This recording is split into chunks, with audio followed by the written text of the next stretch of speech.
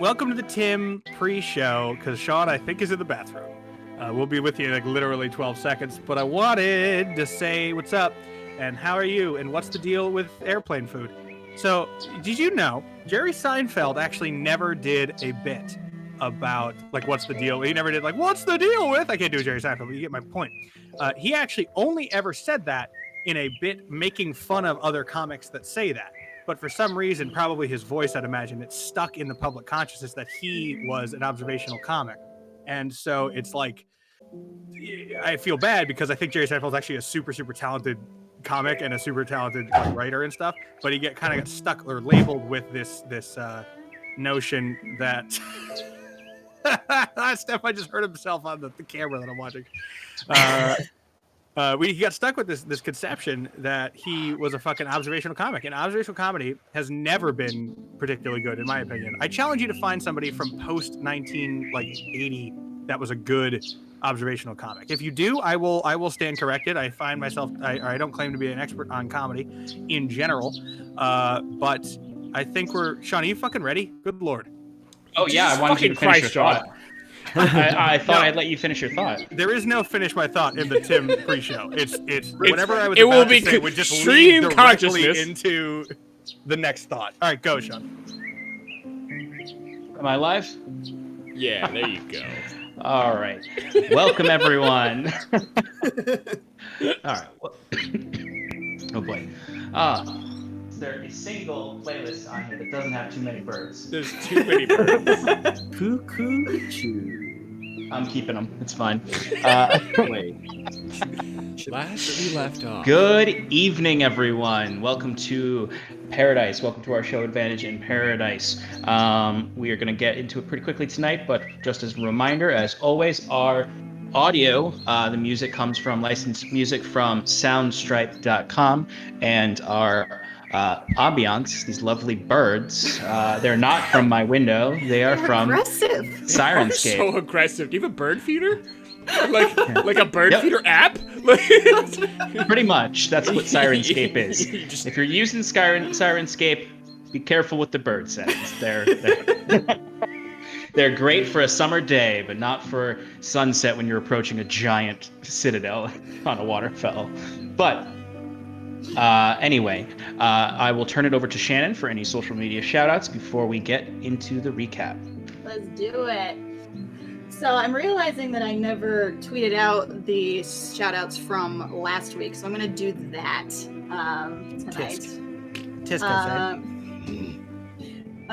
But as always, we would like to thank our two partners, Talon and Claw and Arcane Spectacle. You guys are amazing. We love being partners with you. And if you haven't checked out any of their stuff yet, please do. They are gorgeous. They're all so talented. And if you enter the code PARADICE, PARADICE, into your order, you will get 10% off your order. So thank you, Town and Claw, and thank you, Arcane Spectacle. We really appreciate your partnership. Town and Claw has a Whiskey Barrel Kickstarter coming up on May 15th. Looks so freaking cool. And Arcane Spectacle are doing a giveaway, a spell tracker giveaway every week in May, and their current one ends on Thursday. So make sure you hop in on that if you haven't already. These three friends are friends that I would like to shout out because they made me smile this week or have just been super friendly. Is it me? Star Shinobi, Star Shinobi, you are wonderful. Thank you for your super sweet tweet this morning. That made my whole day, and I really appreciate you. Next friend I would like to shout out is Joshua M. Simons. I think I'm saying that right, Simons? I think it's Simons. He's invited me to do a super cool project that I'm not going to talk about yet, but I'm really, really excited for. And and he's just been super supportive of me and Paradice on Twitter. So thank you, Josh, for being so supportive. And finally, I would like to shout out Earth's Embers. Yesterday, Sean and I finished recording season 2 of Earth's Embers, and it's bittersweet because we had so much fun doing it, but we're just so sad that it's over. So definitely check out the episodes if you haven't yet already. The first 4 are up on Spotify, and they're very quick to listen to. So most of them are less than an hour. You can meet Ren and Ella, our what are you, a warlock? A warlock and wild magic sorceress. I don't know. I play so many people. Yes, I am a warlock in that. Yes, so I hope you have your ice cream ready, since apparently we Ice planned an cream? ice cream social Yes. last week. I've got only ice cream I've got, which is this little ice cream sandwich. That's so Yeah. sad. I've got Who a makes whole. ice cream sandwiches in perfect squares? I know, right? I'm actually wish is- that it was what is the that? good Yeah, what old is that? fashioned ice cream sandwiches. Is I that would just get like at camp all the tofu time. that you froze? No, I mean it's That's bullshit. It's delicious. Liar. it's not it's wrapped. Wrap that on the floor. But I hope everyone enjoys their ice cream. I will enjoy mine when I have a second. I ate mine but already. I'm sorry, guys. very timber, very timber. Okay. All right, let's get right into it, folks. Guess what I'm about to say, Alex? Last we left off. Okay. Last we left off, you had all set off from Witwara Corner in the middle of the night after battling the agents of the Highland Syndicate. Wary of the exposure, you quickly acquired what you could, gifted a large chest of gold back to Mr. Ma from those you killed, mainly to pay him for the massive breach blown into the side of his tavern with Wiswick's fireball. And from there, you commandeered the cart previously owned by the criminals you had slain. You had scooped up their leader, Escalon, who Cal, had successfully knocked unconscious in an epic one-on-one duel. You also acquired a new recruit in the form of Robert, or as he called himself, Shanks. A young man of 17, just starting his criminal life with a penchant for first aid. He also gifted Wiswick with a lovely criminal name of Schmigs? Schmeggs. That's what I thought. Schmigs. Probably yes. not. Nope. I'm pretty sure it was Schmigs. That's what it was. Schmigs. Schmigs. Just writing it down to remember it. I'm going to We're find definitely several other notebooks with just randomly Schmigs written in it. So, you've gifted him a second chance at a good life by hiring him on as your squire, or as you called him, your party intern. You set off as quickly as you could with the unconscious body of Escalon, the leader of the band of misfits you killed, whatever you could gather, and the cart and horses. Well, now there's sequels. Yeah, different kind of bird. Are we by the coast? I mean, you're by the river. Sorry. Just turn the The ambiance. river Let's just turn the ambiance off right now. We'll bring it on after when I can concentrate on it. So, Drift March was still 2 to 3 days out, but the journey would be lighter with the cart and a little bit quicker. As you passed out of the light of Witwara, folk from their tents peered out in fear of the group that spilt blood in the tavern.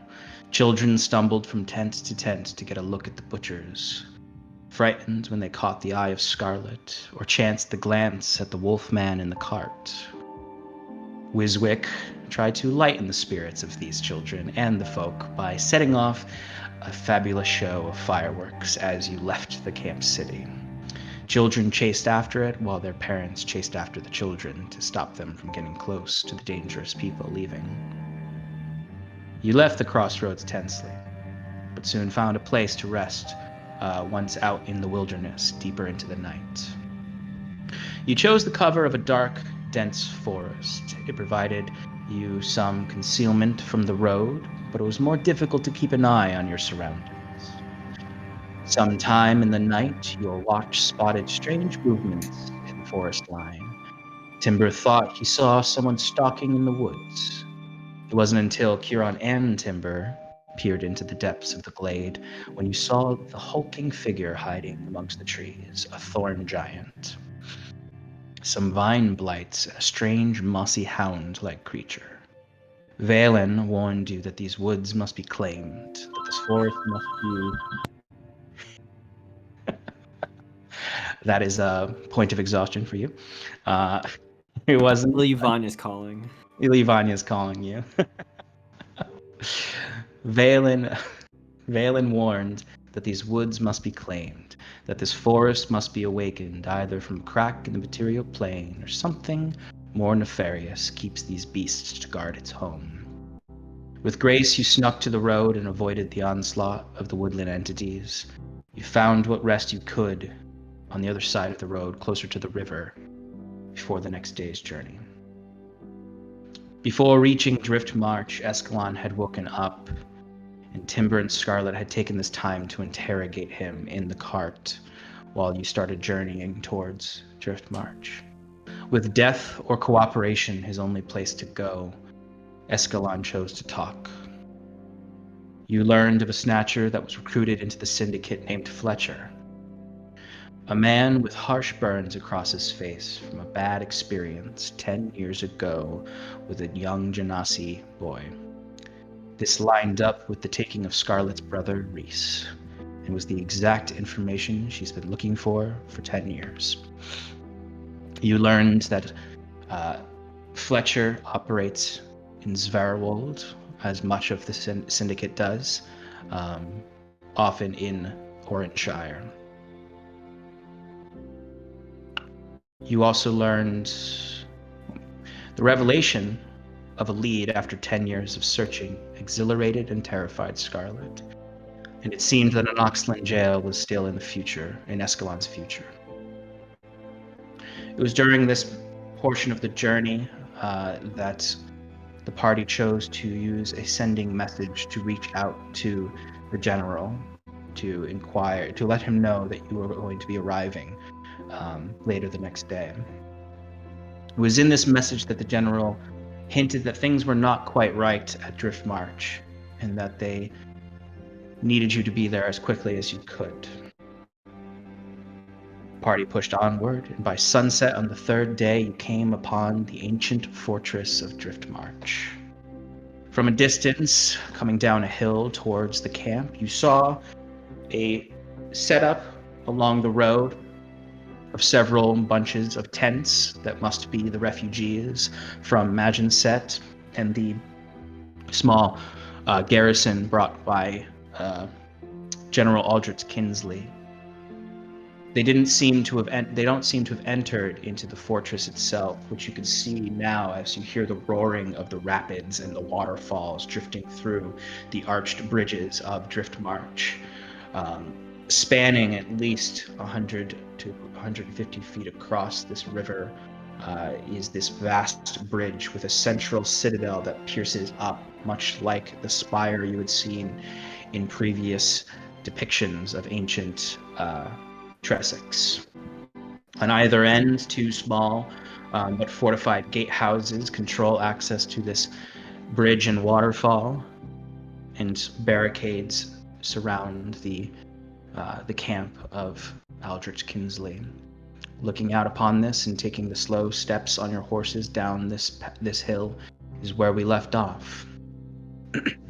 It is sunset at this time. The golden light is scintillating across the riverbed of the roaring river and creating harsh shadows and orange light upon the black obsidian stone structures of Drift March. You are about a half mile to a mile from the camp at this point. What would you like to do?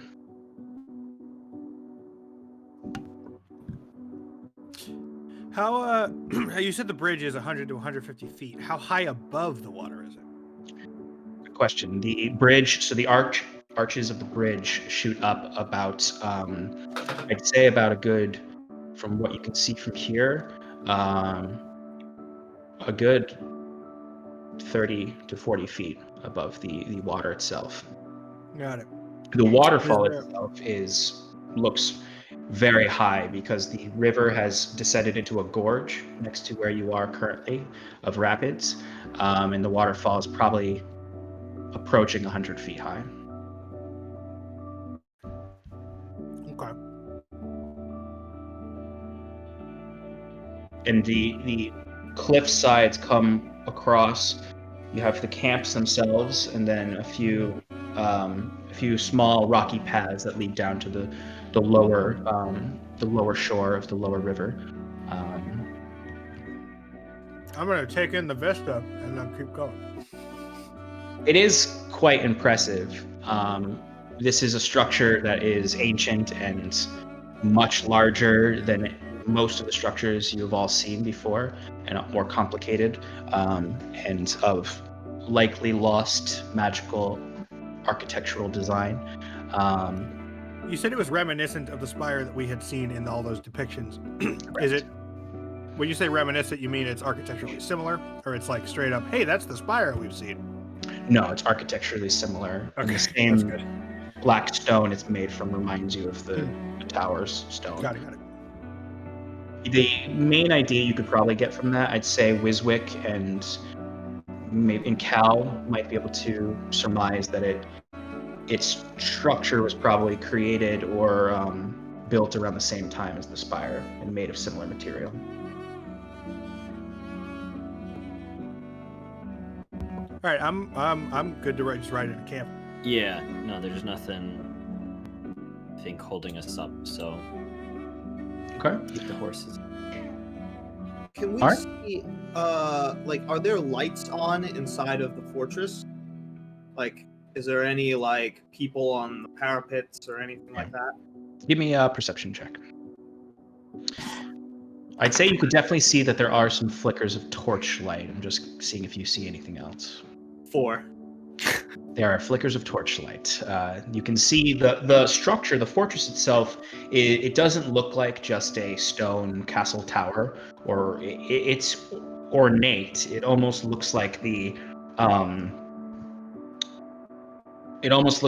bust of a cathedral that's raised up high, but without the long extending interior.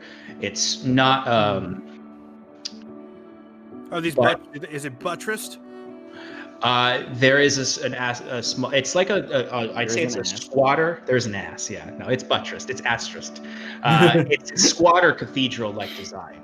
But instead of like those two towers on the side, it's one single tower in the front. Got it. And, Pre-Gothic, would you say? Yes, I'd say it's pre-Gothic, but it is solid stone. And too tall for its construction. Correct. Got it. And it does. Get on board now. Yeah, and it's very much looks like it is unnaturally in its place, and for how old it is, it should have already been collapsed into the waterfalls. I've always been a fan of the buttresses that fly. I've never been a buttressed, an internal buttress fan. All right, I'd say These let's. are magical buttresses. So it is occupied. All right, let's head on in Okay. to the camp. All right. So, what is your marching order again? So I we got. believe Huron and Cal are towards the front, Mhm. with Valen in between. Wiswick, I thought, was taking up the back with Jasper. Yeah, I Yeah, think I thought I was with Scarlet, too. Scarlet and Wiswick are in the rear, and the cart is between you all. Okay. And Timber is he wolfing? I'm wolfing Okay. inside the cart. Okay. Okay, so inside the cart is Escalade, who is awake now, although bloodied and bruised, and of course Jorhen is in there as well. Sean, what day of the week is it? It's a real good question. I have It's not. Been, obviously Mundog. it's always Manda. It's always Mond Dog. Hey, does anyone remember it ever not being Mundog? It's always Manda. That's Um, pretty much how Wiswick sees it. Actually, if you give me a moment, I can actually tell you. It's really okay. I was just fucking with you. Yeah, I know. Have it ready for next time. Yeah. No, it honestly will take me 2 seconds to calculate while you guys are doing stuff. I'll tell you in a moment after. Okay, But no problem. you approach. Right. I was gonna say, if you want me to talk about stuff, how do you feel about me casting Detect Magic with my modifier that allows me to take my spells that have 30 feet and extending it to a mile? If Jesus the Christ, range what? area is self/30 feet. What? That is like I'm DM gonna breaking. need to Yeah, I'm gonna that's need to DM breaking. investigate the now no longer offered College of Lore. That is But because I'll allow it just for this one time, but in the future I'm not going to allow it. I'm gonna take a look at the iterations of College of Lore and see if there's some stuff. Wait, so you could hit someone with a fireball up to a mile? Oh yeah. Oh This my was like two god! episodes back. He becomes a legit spell sniper, and it's why he has to use spell slots to do it though, right? Does he Extra just spell stay? Yes, I do. I have to spend a second level spell slot as well as the spell slot of the spell in order to Yeah. extend the range. It's the kind of thing that All right, Wiswick, you stay in town. I'll go investigate and just provide supporting fire if I need it. right, just raining fireballs like a Yeah, you're trebuchet. just like, oh, there's guards in front of me, and you just wave like behind you and then just duck. I'll allow you to do it this one time, but in the future, I think I'm going to have to put some restrictions on that. But would you like to cast Detect Magic? Why not? Let's give it a try. I'm gonna cast it. Well, it's a mile around me, so you said the entire thing is a half a mile away, so I could probably get the full building, right? You detect magic in every direction. Yeah, it's not going to be very yeah. helpful. It's like it's just like right. Yes! There's just like the inherent magic of the world starts to buzz around you as you do this. It's a bit overwhelming, and it's hard to discern where specific things are. This might be how I play this from now on, where it's just a little too much for you. But I'm gonna ask you to give me an Arcana check for the extended range and what you can understand from it. Oh, pretty bright lights. I got a 10 plus 10 is 20. Okay, I like this actually to kind of make it into this perception check, but magical. So there are a lot of overwhelming small magics throughout the just general space of a mile around you that are just making it really hard to concentrate on what you're actually looking at. You can notice a few clusters of magic inside the camp of Aldrich Kinsley. You can see towards the back of the camp, on the opposite end from where you're approaching, right at the edge of your periphery of this, you can sense a lot of magic there. And it's arcane in nature. You might presume this is where Kinsley himself is. You notice a monk a little bit closer to you from there in the center of the camp. You start to notice some small sparks of magic. Maybe Wyla is in there, or Mandric. There's some magic sparking in there. You get very small glints here and there in tents that might be individuals who have some sort of innate magic to them. The fortress itself gleams. The entire thing is blinding to you because it is magically constructed and it is infused with magic to keep it standing. Ancient spells that that just look like some primitive form or ancient form of abjuration that you're fascinated by because it's just unique. Through that light, it's hard to tell what magic is within. If there's anything like, say, a caster who is holding the keep, or if there's any innate magic within. But it all gleams bright to you. And then I'd say you get a few pings beneath you, a mile deep into the earth. Probably about 150 feet beneath you, there are pings that seem to be either beneath the lower riverbed or underground, deep below you.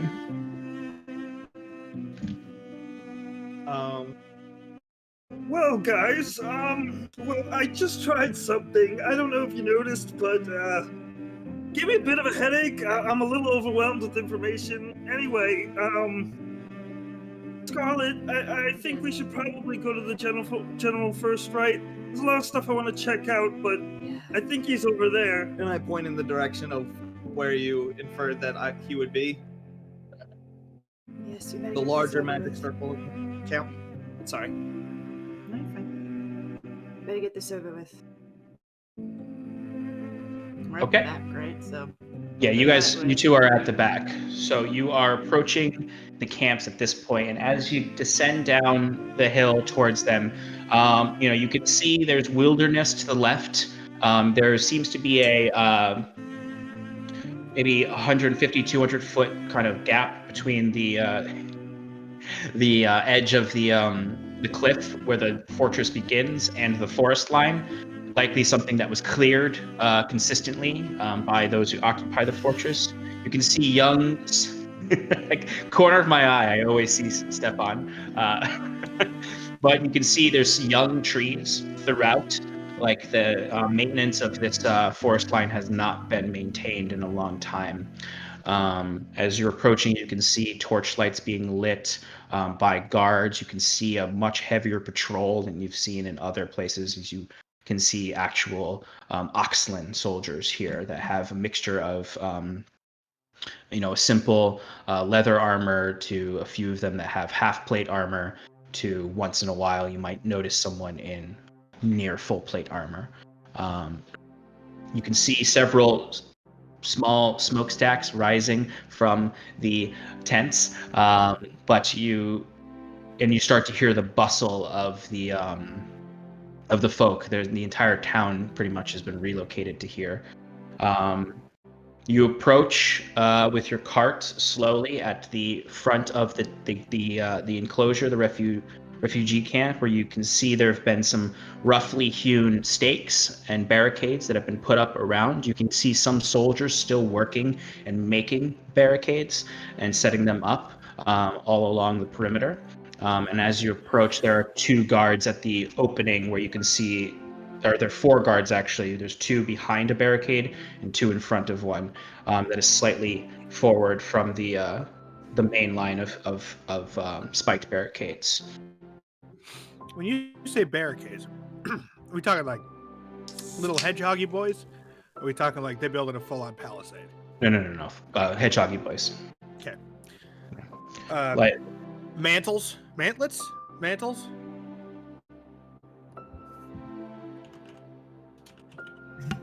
Google it. I'm just gonna send out Jet and have him Mantlets. look. Have him sending him out just to look for entrances to cave or possible tunnelways in the surrounding camps. Okay.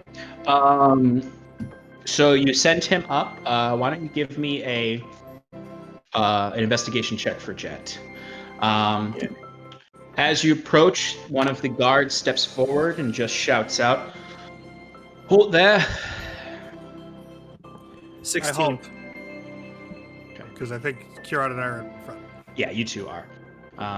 You see Valen keeps moving and comes up to be beside the 2 of you, and just shouts out to the guards, "I am Captain Valen, servant of General Kinsley, here with soldiers he hired." The Heroes of Magin set. Yes. Oh, wow. And of what was that other dinky town we saved? Bracklin Glen. Bracklin Glen. Heroes of Imagine Bracklin Glen. All right. And he looks back to one of the other soldiers behind the gate who nods. He's like, "Oh, that's Captain Valen. Let him through." And you see the 2, they lift up this little hedgehoggy barricade and start pulling it aside, allowing you to enter in to the camps. You move in slowly, and you notice the ground it honestly is reminiscent of Whitwara Corner, except less established and a bit more chaotic. As you're moving through, you can see to your left and right is where the main force of the garrison are camping. They are along this sort of barricade. You see their tents. You see a few cleared out grounds areas where you see some soldiers dueling or training in the yard. You see a makeshift stables built out of canvas and rods, where you see a large portion of horses kept. There's one on the left side and one on the right side. As you approach, you see a second a second layer of barricades that are much smaller and looser. There's not really a lot of them there. It just seems like they're keeping a little bit in to essentially more so delineate where the military ends and the residents begin. As you approach, you can see a camp to your left, and there seems to be 3 circles of tents, and then one larger central circle of tents that they're attached to. Strangely enough, reminiscent of the structure of Maginset. The People one need to let go. the one immediately to your right, as you're approaching the big, large central one, is clustered tightly together. There's a single fire in the center, and you can see several families moving to and fro. You see some carts. You see there's on the outskirts of the camp sort of a makeshift pen created for several livestock. You enter into this central enclosure where you can see the muddy tracks that have created the traffic of this area. You can see there are tents on the outskirts that have open air makeshift shops, so to speak. You see one has a portable forge. We're nowhere near the capacity of an actual blacksmith shop, but they're doing what they can. You can see there are several people working hard there on sharpening swords and other things for the army. You can notice directly across as you're entering into the square, you can see a tent that has these vines and roots that have grabbed up and around them and almost formed a lean-to out of the earth itself and the roots, where you can notice stepping out is Mandrick, standing tall, uncloaked, breathing in the night air. And you presume Wyla may be there as well.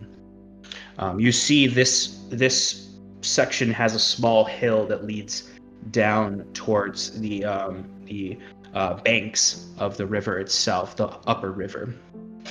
About 40 yards from the towering gatehouse that you can now see from here, that stands tall, kind of looming over the camp itself, where you could just see 2 torches in the front gate, and you can see a few torches at the top of this gatehouse tower, where you can now see from this vantage point there are sentinels patrolling up there, and 1 or 2 looking down every now and then. Can I try to make out what exactly the sentinels are, or who they might be? Yeah, give me a perception check. Any kind of insignias on them or something? 24. 24, okay. It's hard to see insignias from this distance, and mostly you're just seeing their silhouettes from the torches moving back and forth. You can occasionally get a glimpse of the armor a little bit, and they seem to be rather makeshift in nature. A leather jerkin here, a plate shoulder pauldron here, a helm here, but mostly makeshift. They do have crossbows, though. Okay. You can tell. They don't have longbows, but they have crossbows. So you move through this camp where you can see there are people gathered around a much larger central bonfire in the middle. You see some people drinking, eating, feasting, doing whatever they can to create a semblance of community in this tent city. But you move through, you see attached to this main square is another circle to the left, tightly packed with several families and livestock as well.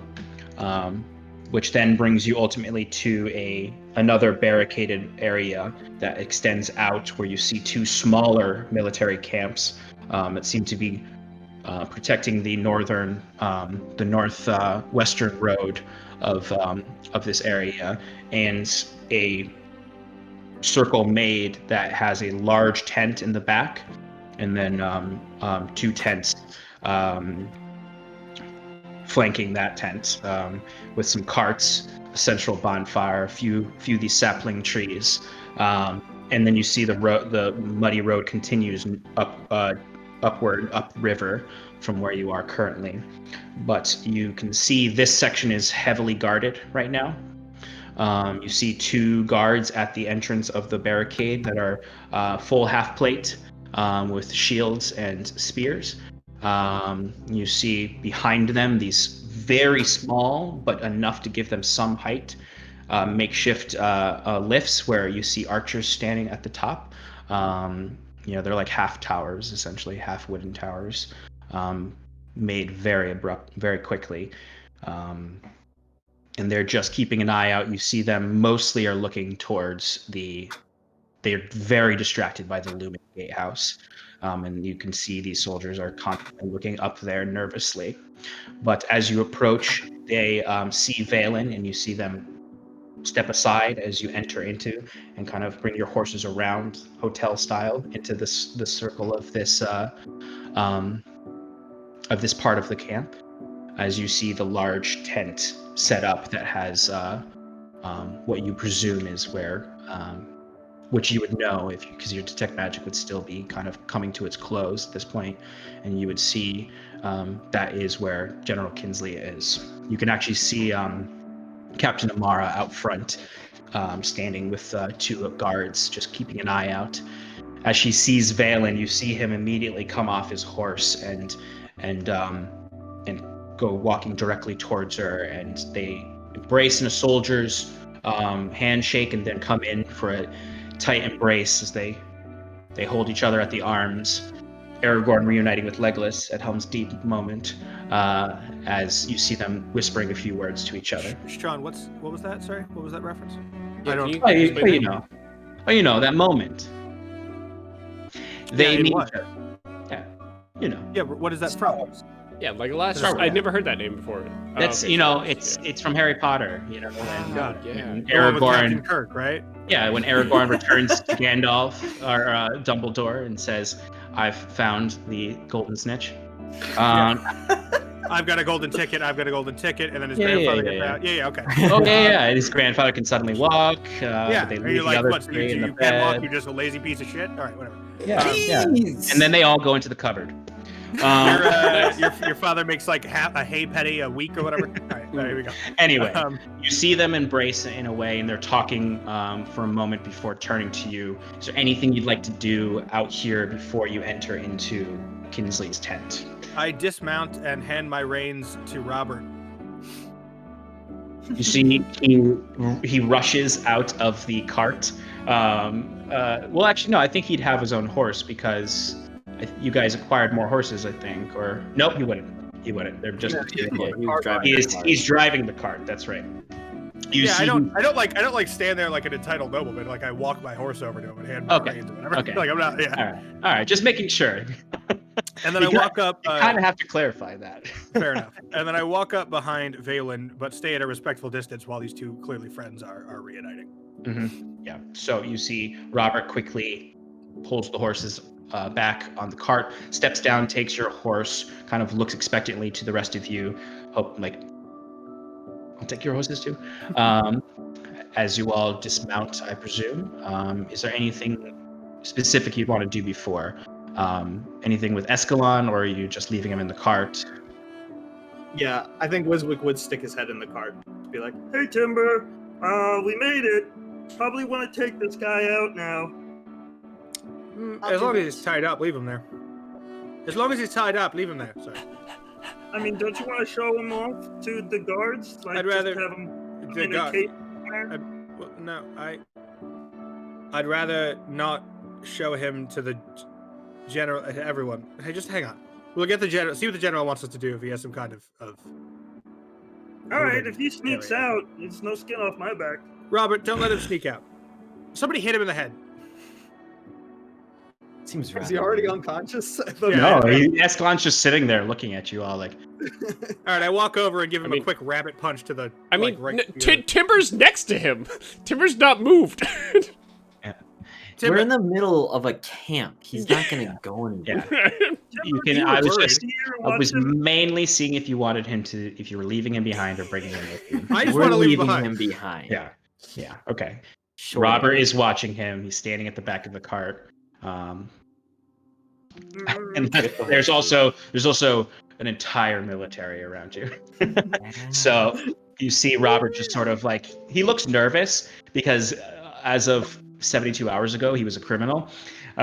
So he's just sort of like looking at these guards like, He also doesn't know if we're important or not. We're just Yeah, some he's random like- fuckers that. he's like, we're just going into this military camp and they brought me here and here's my old boss and I'm watching him. So Robert's just sort of like, oh God. I do make sure Escalade is gagged. I figured you'd gag him. So yeah. I just want to double check. I'm Yeah. hate myself to make myself look good.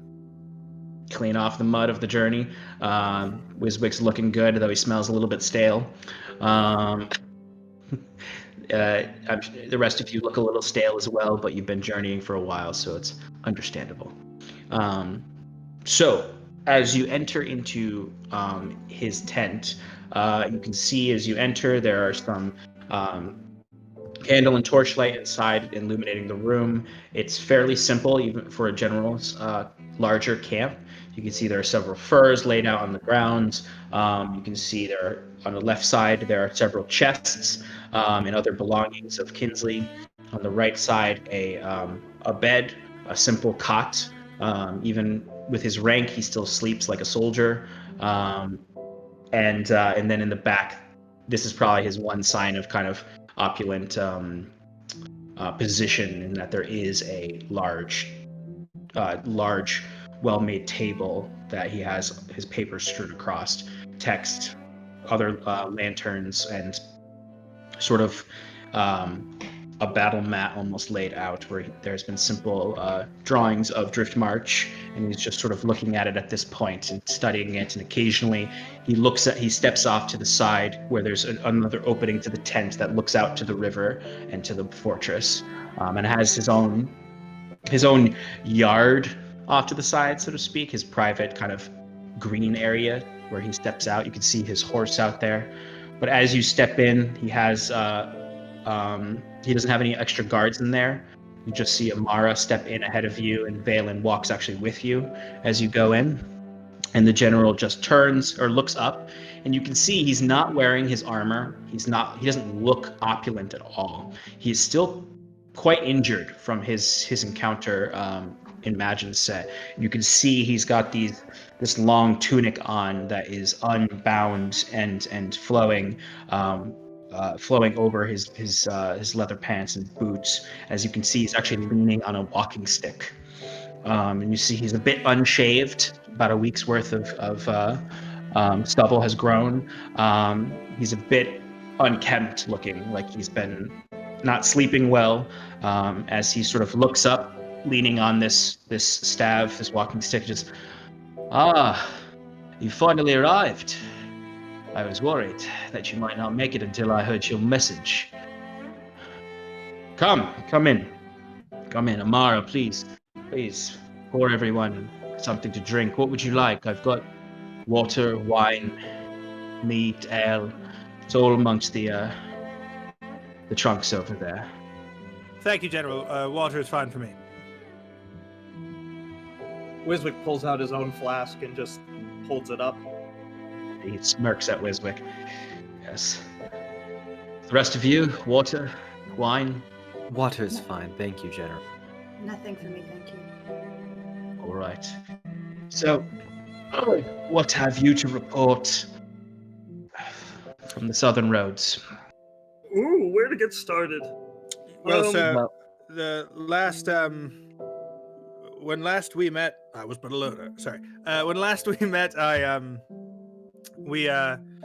were headed up here. We were headed. Sorry, I'm refreshing my where we need to pick up. So we investigated those bandits, and they were located, as I believe Timber had originally found, in a barrow along the road southeast of Maginset, southwest, something like that. We're gonna be here all day, Cal.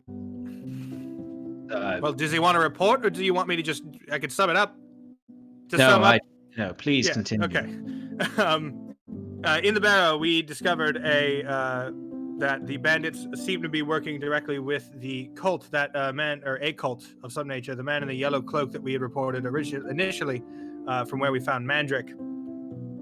He was there, or maybe another of him, I'm not sure, was there, and they had captured Jorhan, who is with us. He's an Asimir outside.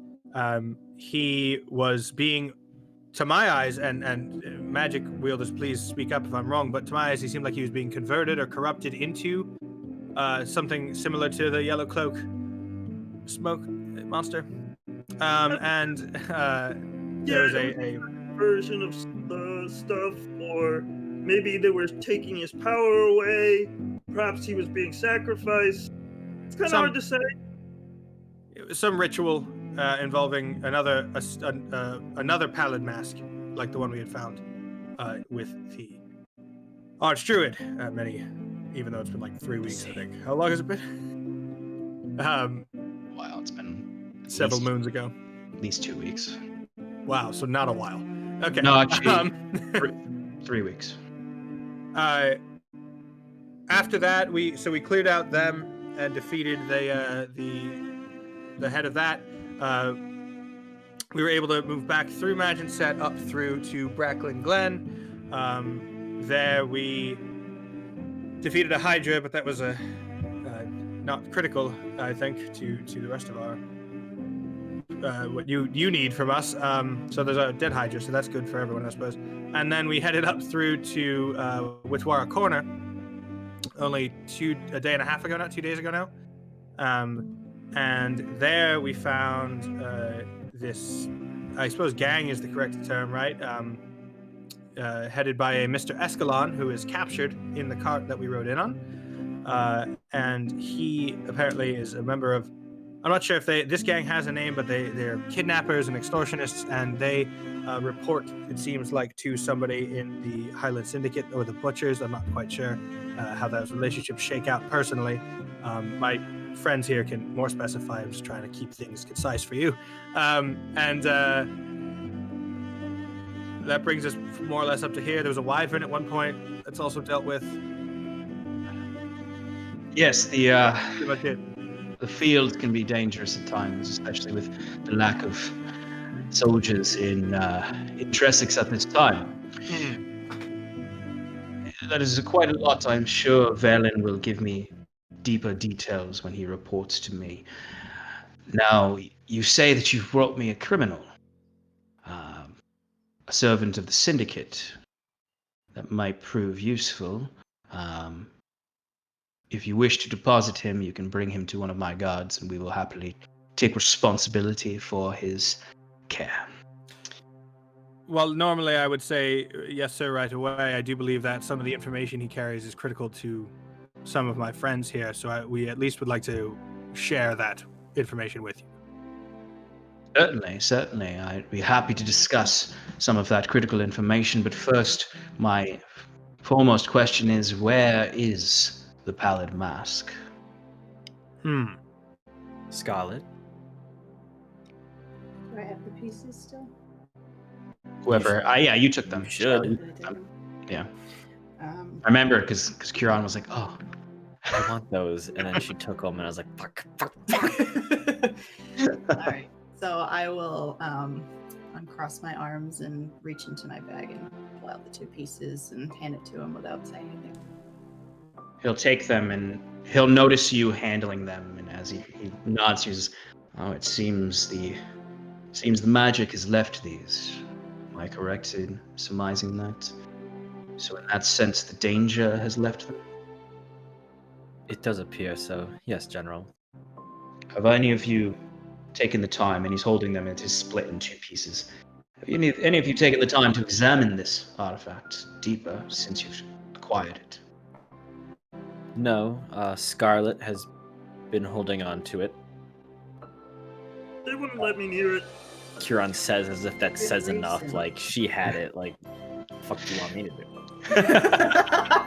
The general sort of nods to each of you with a smirk, and then you see him step behind the desk and or step over to the chest, and you see him unlock one and open it and place the mask within and close it. Well, certainly the Magi and the colleges in Gardolan will be interested in that. The King's Court will be interested in surmising anything we can from it. And you said there was another pallid mask part of this ritual. Was that acquired? I believe it was destroyed when we disrupted the ritual. The pallid masked stranger in yellow had opened a portal to the astral sea, and it was really crazy, man. Shit was going down. Scarlet went down. I went down. But upon killing the stranger in yellow, the second mask was destroyed. It seems that this is almost a way of reproducing, in a way, agents of the Pallid King. Interesting. All good information to know, to report back to the court. I believe that you mentioned that if we were successful, you'd mention my name to those mages in Kedola you were talking about. Just wanted to give you a little heads up. Certainly. I haven't forgotten. Certainly, my dear Wiswick, I will put a good word in with the colleges of Caer Dolin for you. If you find yourself in the capital, feel free to report to the college and let them know that General Kingsley sent you. You will have, as promised, a writ from myself, providing you with some level of clearance to go throughout the kingdom, the Quintaki, and gain certain benefits where you go. Fantastic. Is there anything else you must report to me about your journey here? On a real note, did I forget anything? Because I wasn't trying to obfuscate anything. Well, I don't think I did. I don't believe you missed anything. There was a few rooms, underground. Some things I was researching. These black spires seem to be a recurring theme. Have you ever explored or learned anything else about large black spires of ancient technology found underground in the past? I'm afraid I don't often, or have often in the past, researched the histories of Tresix. I've been more preoccupied with the running of the nation and the military, though I have done research into other nations' ancient technologies. I am curious, though, of what you speak, and I am sure Valen will fill me in about what you've discovered, and if it is of interest to the crown. I would advise to avoid them at all costs. They're quite dangerous artifacts. I don't know if the crown would probably want more to destroy them than to investigate them. From my humble opinion. That will be for the crown to decide. Now, whereabouts did you discover these underground? Primarily in Bracklin Glen. My buddy Cal over here mentioned that we had defeated a Hydra, and I believe that the kooky wizard that had summoned it was protecting this artifact. Yeah. It's quite scary, and I wouldn't want you to go there unprepared. I believe it actually had the power to send Wiswick to the Astral Sea, if what he tells is correct. Planar teleportation, you're saying? A kind of very violent, scary teleportation. This will certainly be of interest to the crown. Now, whether we are to research or investigate, there are different minds who will proceed cautiously with where our interests lie in these archaeological sites. So Just thank make you. sure I get the credit. I was the archaeologist who found it. Write my name on the report. I will certainly mention you. I'm not sure if you can claim to be an archaeologist with the proper background training. How dare you? Anyway, you may settle that dispute later. Stefan, a real archaeologist. Yeah, right. You are each brought your drinks one at a time. He looks to each of you, and you see he steps behind the table, and you see he puts his hand on a stack of folded papers. And he says, "Now what I have here for you, as I promised, is a writ of authority that will allow you to move about the Quintaki with some authority from my name. Now, the closer you are to the capital, the more legitimacy these have. The outer reaches of the Quintaki, you may need to convince folk a bit more." Now, sir, as much as I certainly appreciate that, what obligations do these place us under? Excellent question, Caleth Stormrain. He used your full name. Just a reminder that he knows. I knew he knew. I know, but I meant he's saying it as a reminder. I get it. Okay. I get the power games. I know. I don't. But it's not for you, Tim. It's for everyone else. He looks down. He looks at you, Cal, with a smirk, holding the papers. He takes them in his hand, the stack. He says, "Well, there's certainly work to be done. And while I will reward you heavily with gold for your endeavors, there is a little more that I'd ask of you for these papers." That's not what we agreed on. Certainly, it may not be what our original accord was, but times and situations change on the flip of a coin. And don't know if you've noticed, but we are not within the fortress of Driftmarch at this point. So I was wondering when we were going to get to that.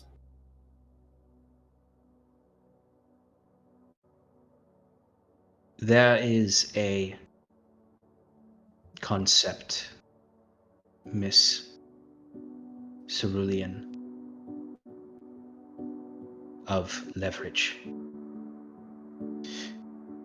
You need these. And more importantly, you need another paper. And it's when he opens a small box next to him and takes out another writ. With these papers, I, under the powers vested to me by King Heinrich Aemon of the Quintaki, can pardon you of your crimes and allegiance to Court, the Crimson Court. Now, how far, Miss Cerulean, do you want to get away from your past? As far away as possible. You see, at that point, you look over and Valen kind of steps forward, just as General. These individuals deserve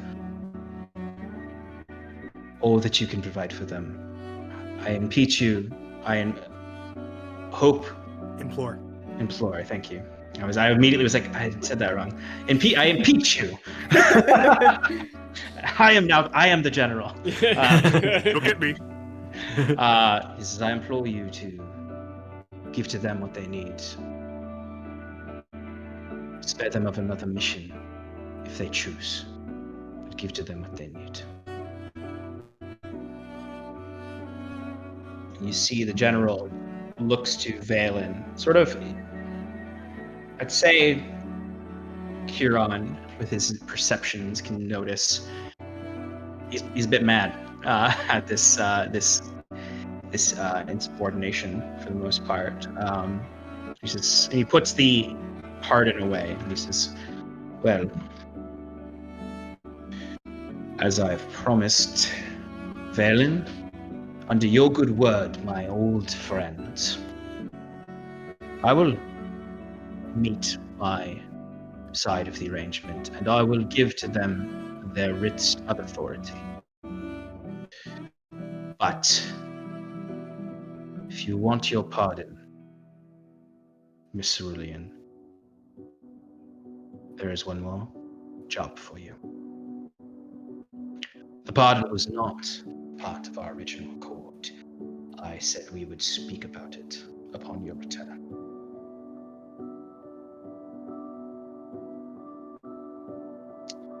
Now you may, if you wish, leave without your pardon.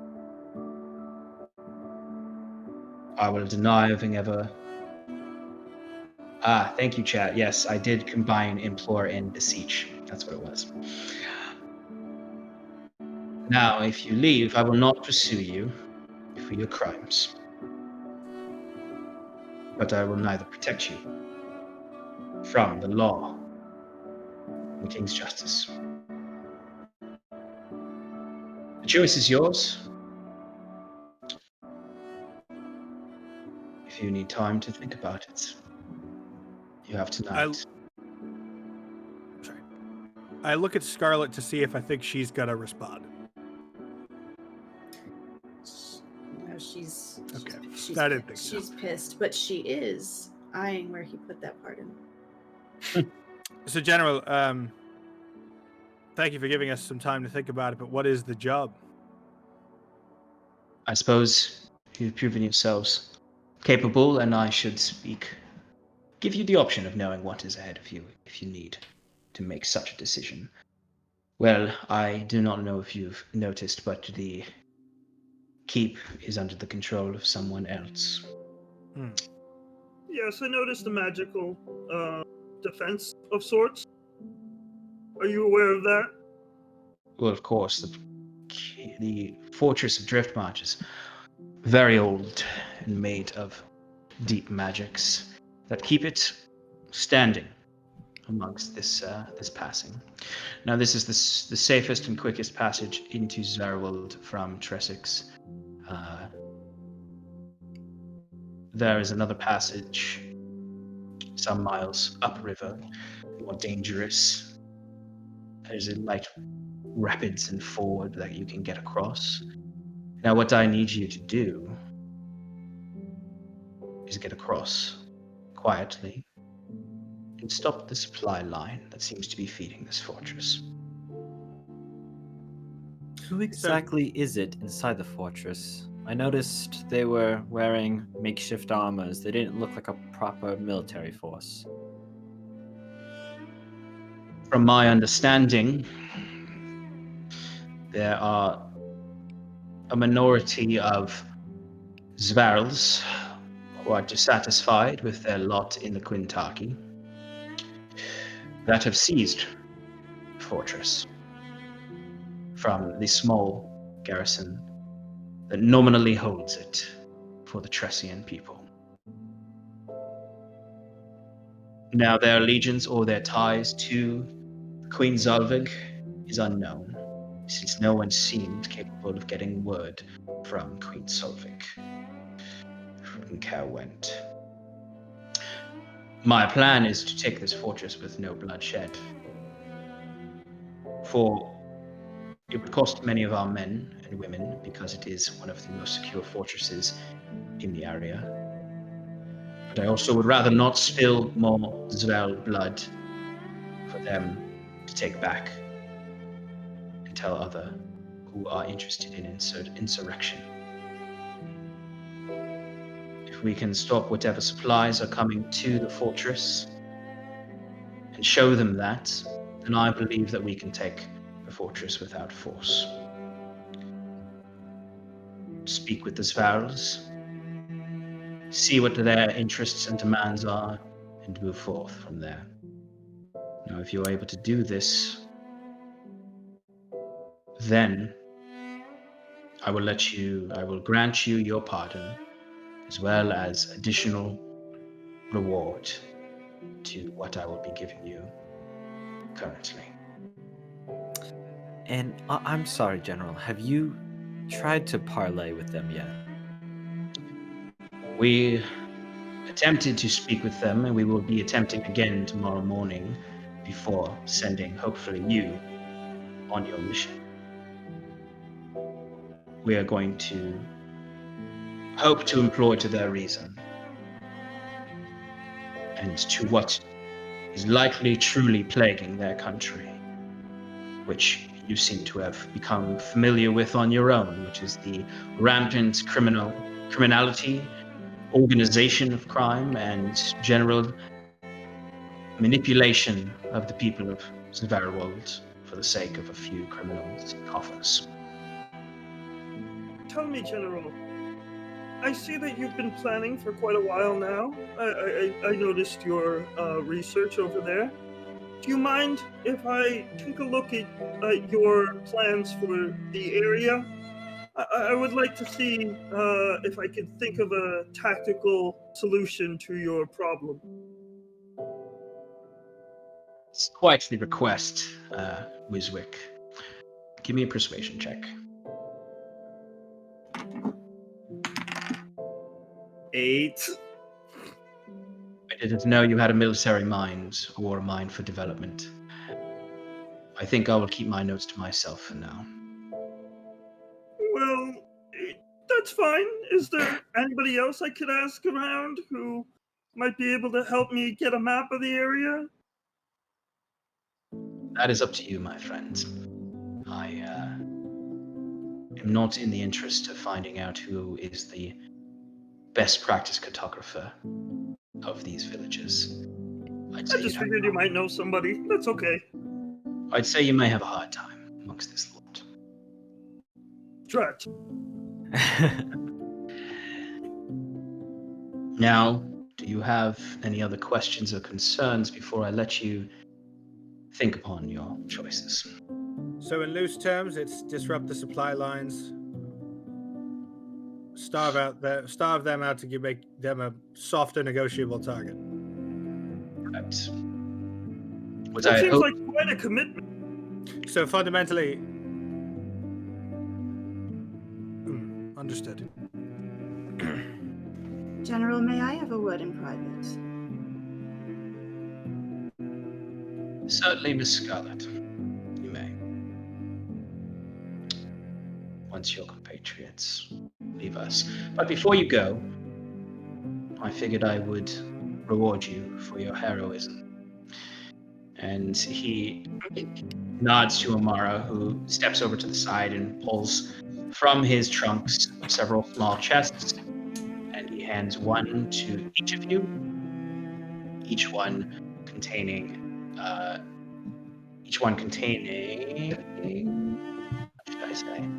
Timber's not there, FYI. Oh, that's, yeah, but he knows you're Timber, so he would hand an extra chest off, probably to Cal, because he trusts Cal the most. Each one, how many of you are there? 1, 2. There are 6 of you. Okay. So, Nope, there are 5 of us. 5. No, there's 6 of us. There's totally 6 of us. I 100% counted myself for some reason. Well, no, I think he's dividing the same amount of gold. Yeah, no, no, that's right. Yeah. Just kidding. Each of you are given a chest that when you open it, there is 300 gold in each of them. That's it. I'm broke. I don't know about you. 1,500 gold. Yeah, but like, there's nothing like fancy in there, like a little, like like a little note that says "I love you." Or like a journal that we can record things in. Maybe like a keychain. Flashy orb that he had the last. What is he gonna give us, a gift basket? Yes, that's what Kieran. It's just all King Heinrich swag. Yeah, there's no gold actually. It's just like I met King Heinrich, or valued at 300 fruit basket, some chocolates, some nice soap, bottle of wine. All right, so Cal picks up his strong box and the strong box for Timber, and gives like a quick bow and leaves. I suppose we'll be in touch then, General. Certainly, if there's anything else you'd like to inquire about, please. Just a place to bed down for the evening. I'm sure somebody else can. speak to the guards out front, and they should be able to provide you with tents either amongst the civilians or within our military encampments, whichever you would prefer. Thank you, sir. If you wish to speak with me, please just send a messenger, and I will, if I can, I will speak with you. But for now, Miss Scarlet, I believe I owe you a private conversation. Yes, please. I hope to see the rest of you on the morrow. Yes, sir. Peace out, homie. Don't Toodaloo. say that. Okay. When you guys walk out, Timber is there, holding a rope in his mouth, tied to the neck of Echelon. Escalon, dude. Escalon, sorry. You say it every time. Yeah, I say it every time. I'm walking a human. Yeah, no, I got it. We understood the joke. Good. You're supposed if you to want laugh. to do that, Thank I you. asked the nearest guard where some free spaces in the camp to bed down to put our shit. Yeah, they'll easily enough can show you to a set of tents that are within the military enclosure. Yeah, That is right near the general's tent. So they just lead you through the tents into one of the side areas and give you 3 tents. Cool. And so while Scarlett's talking, we'll set up like our stuff. Okay. All right, Scarlet. As they leave, you can feel the wind whipping through the flaps of the tent. So you just stand and stare, steely-eyed, I presume, at the general, who is pouring himself a glass of wine. Are you certain, Miss Scarlet, I can't interest you in a drink? No, been rather unfortunate with drinks lately. Taking care of myself. Understood. Now what? And you see he's still using that walking stick as he moves closer to you and pulls a chair out and sits down. You see there's another chair if you'd like to sit. I don't want to sit yet. Mm-hmm. You see he sits, and you can tell from the way he sits, he's like holding the staff in front of him. He's just tired man. General, may I ask you a personal question? Of course, Scarlet. I believe after these last few weeks that I owe you all much. Do you have any siblings? Siblings? Afraid not. Only child. So then you wouldn't know what it's like to lose a sibling. Would you? I wouldn't say that. Certainly I do not have blood of my own, but I have spilt blood of plenty I would consider a brother or sister on the battlefield. It is one I've of the lost most many. painful things. Even worse than my dagger. I wouldn't need that pardon if my brother wasn't taken from me.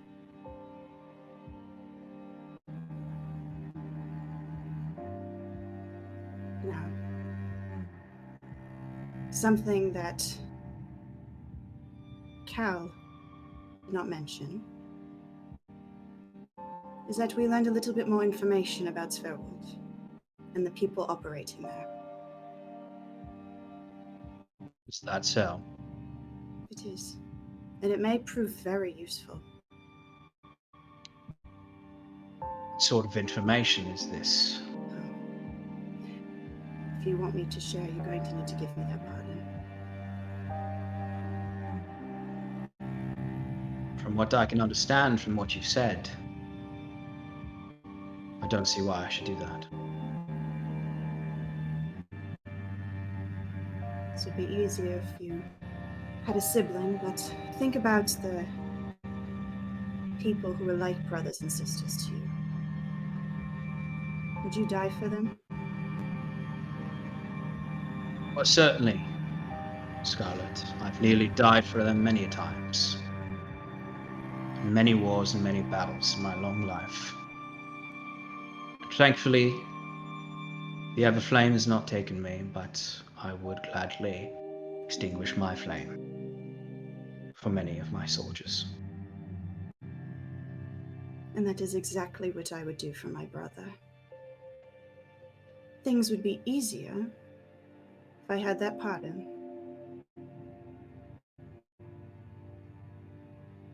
It would bring me closer to him. Eliminate hindrances, as it were. Give me a persuasion check.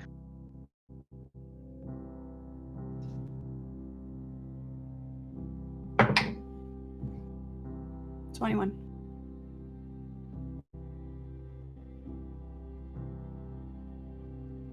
I've not known you long, nor your compatriots long. From my understanding, you are a loner.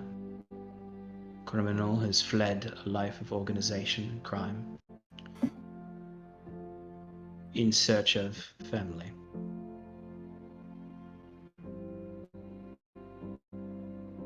Believe me when I say I did not want this life. Well, certainly, Miss Scarlet, very few of us want the life we get.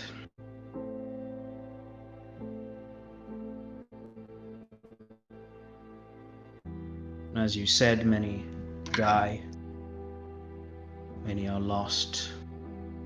Do you believe you can save your brother? With all my heart.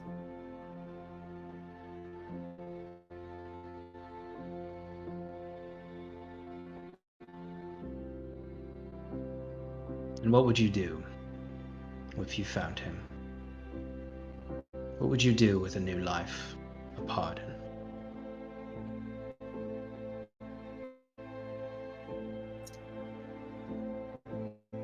I've never really thought about that. This has been my life for so long. But I suppose I would take him home. Go back to our father's forge. And create in his memory.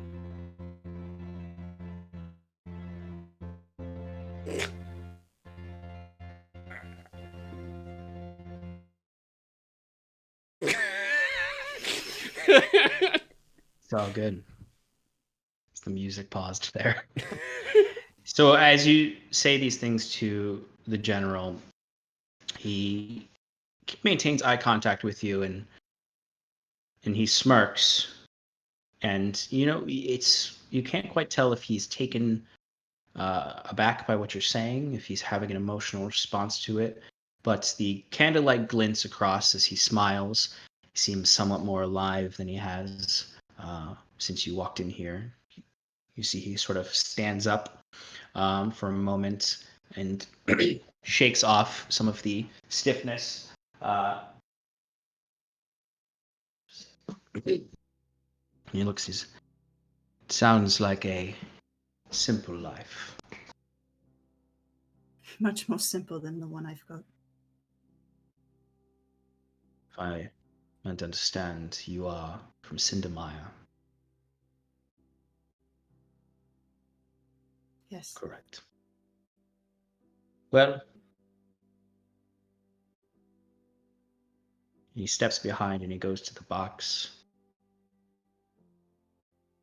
I suppose, as a servant of my people, the people of Oxford, people like you, I would be wrong to deny you freedoms. This is not to say this pardon does not come with expectation. I thought not. You've served at the behest of the criminal William Mason. You have knowledge beyond the activities of the crime organizations of Svarwald. Though I am interested in freeing the people of Zverwold from their terrorizers, you would understand my allegiances lie with the Crown and Oxland and the Crimson Court. It's a blemish on our great nation. I will give you this pardon now. The expectation that you will answer the call when we need to remove that blemish. And I don't think I'll need much convincing. Will I? No.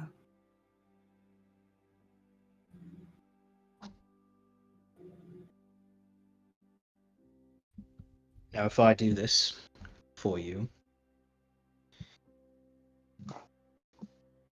tomorrow morning, it seems you may certainly leave and be done with the people of Magicset. But I would encourage you to consider one last task to help these people. If your journey takes you to Zverwold, as it seems it will, would you rather have us at your back, holding the only bridge into Tressex, or more Zvals?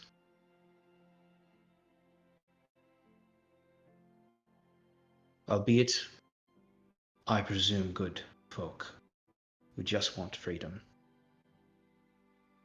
But if they catch you with a writ of authority and a pardon from the Oxland Court, they may not be so friendly. Understood.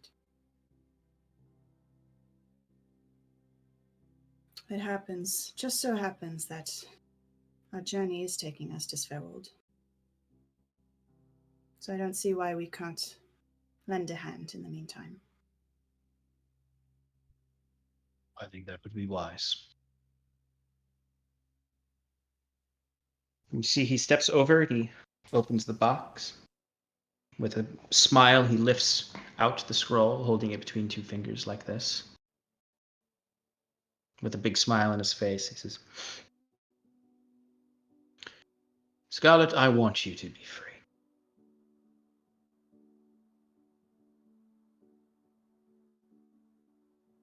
And I hope that you are honest with what you will do with this freedom. So you see he places it on the table and pushes it across. Scarlet holds herself back from just snatching it off the table, but she'll walk forward and just gracefully take it and thank you, General. I truly appreciate it. And my brother thanks you. I offer it in good faith, and I hope one day to meet your brother and see you reunited, and the safety of our people restored. As do I. I'll see you on the morrow. On the morrow. I will turn around and go find my friends. Outside, you walk out into the slightly chill air. It's not, it's that early spring crisp coldness that still lingers in the air. Light fog dancing around, as you can see the torch lights lighting up the campsites. The sun has set at this point, and the dark of night has approached. The skies are somewhat clear, though the ground is still damp with the rain from the previous storm. You are led by one of the guards off to where your compatriots are, setting up their tents at this point. You have 3 tents. Each one can fit 2 individuals. And you can bring your cart as well over to this tent area. As she's approaching, Huron's looking up and talking to Cal and going like, yes, but he called her, what was your last name? Cerulean. Cerulean. And I thought that was a shade of blue in your human tongue, but she's all about being red. I'm just trying to make the connection here. Can you I help would me with imagine the it's either. language? Yes. So you're not wrong. Cerulean is shade of blue. I mean, it's her family name, so I don't think she's. I don't think it's a nom de guerre, as they say in old Unduran. But I do think it's I think it's probably, I don't know. I would imagine it's traditional, though I do think it's probably dramatic irony. Like were I naming my children, and my last name was Cerulean, Scarlet. I mean, that's a bit of a tension, and ironic tension maybe is the way to praise that. I don't. But to put that on your children. Kieran, you notice Scarlet be coming up behind Cal. Scarlet, before you arrive, though, you do notice as you're leaving the tent, Valen was still in the courtyard, and he gave you a nod, sort of an expectant face. You can tell he's kind of like, "What happened? Did it work?"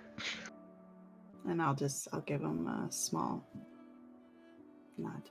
And then you see him quickly enter into the tent, likely to give the captain a much more in-depth report on each of you. General. Thank you, the general. So, what would a lot of you like to do at this point, now that you are walking out amongst yourselves? Quickly, I did not have the general explain what the writs will actually get you, so I'll just sort of out of character explain this now. He did say that they have more effect the closer you are to the capital, which makes sense since they are authority gifted by the court of the king. And essentially, it establishes you as, for lack of a better term, contractors, independent contractors with the military of Oxlin. You Auxiliaries, perhaps? That is a better way to put it. You are auxiliaries of the Oxlin military. What is my equivalent rank in the Oxlin military? Do I have to fill out W-9s or? Yes, you will have to fill out W-9s. No, 1099s actually. That'd be 1099. Okay. Yeah, 1099s. You will have to pay for your own Social Security taxes. Kit and gear. Does that come with or no? You can write off any new weapons that you acquire, and your mileage on your horse is considered a write-off as well. Oh, nice. What's the? But they don't cover hay, right? They do not. No. Okay. Medical expenses? You do. You do not get. That's what Illivan is for. There's no the private. No dental. You have to get all your medical independently from your chosen deity. Got it. Which I think at this point is Ilyavanya, I guess. So by default, you all worship Ilyavanya. She has blessed my. All right, go on. Anyway, Scarlet, you notice Valen going in, likely to give a deeper briefing to General Kinsley. You notice Mara steps out and stands in front. Give me a quick perception check as you're walking back. It's your brother. He's right there. 22. She didn't see him. It's not like he stands out or anything. I would say as you're walking back. At any point, Scarlet could see her brother. He's always been around. He's just like a 45%. Like he's so stealth that it's impossible to find. Yeah, Scarlet's brother has literally just been behind you guys this whole time. Kieran noticed, but he didn't say anything. Yeah. Kieran always noticed. Was like, that's weird. Who are you? But anyway, I'd say you notice you're kind of eyeing the camp, and you can see the guards are all very tense. You can hear jovialness from the central camp. It seems as though the people don't quite know the full circumstance. They just are camped out here. They don't know how. But there's Zveril, insurrectionist, literally 100 yards away from them. They've kept it somewhat quiet. You notice the guards up in the gatehouse. The sentinels, you notice they're clustered and watching the general's camp. The torchlights are disparate around the crenellation, but the two You can see 2 at this point. There seems to be a few approaching them as well, and they're clustered in a corner of the square watchtower, just watching out towards the general's main camp. Yeah. So once Scarlet makes it back to us, I guess. How'd that go? Any news from Jet yet? What did you get again? 16. 16. And what were you primarily looking for again? Primarily looking for any sort of geographical location that would lead to the underground, whether it be a cave or a crevasse of some sort. Basically saying, Jet, find a cozy place to sleep and let me know when you find it, because that's where you go now, instinctively anyway. I would say with a 16, and if you let him go and just sort of let him do that as long as it takes him, he will eventually find somewhere. It's just probably going to take him a long time to look for it. You probably won't get a notification from him, a text from him, until much later in the evening. No problem. When he will, though, I'd say probably in like 3 to 4 hours from now, you'll get a telepathic alert from Jet that he's found something. Okay, great. So yeah, I'd assume I'd wait around. If I had any choice as to where we stayed camp for the night, I think that I'd prefer to stay away from the military in the common people's section. But so I would say 2 things you can note there. 1, you have been given tents in the military area to stay in. If you wanted to go out into the common area, you could look for quarters there. If you recall, in Maginset, there was the main large tavern, but then there was also the outdoor mobile tavern that was all those carts that one woman owned. You could potentially presume that those would be here as well, that she would leave all of that behind and take them with her. So if you wanted to pursue a place to stay amongst the people, you could look for that.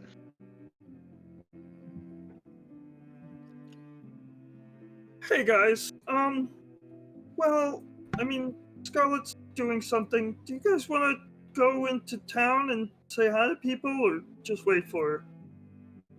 I personally think that we should wait. I also think that we should get Jorhen somewhere comfortable and Escalon somewhere more secure, I suppose. Though the cart's pretty secure, actually. But either way, we need to get our horses taken care of first. It's okay if we hand over prisoner now? It probably is, yes. I didn't... It's up to Timber and Scarlet, in my opinion. Timber would be leaving as Scarlet came back and bringing it over to the general's tent. Okay. It being Echelon.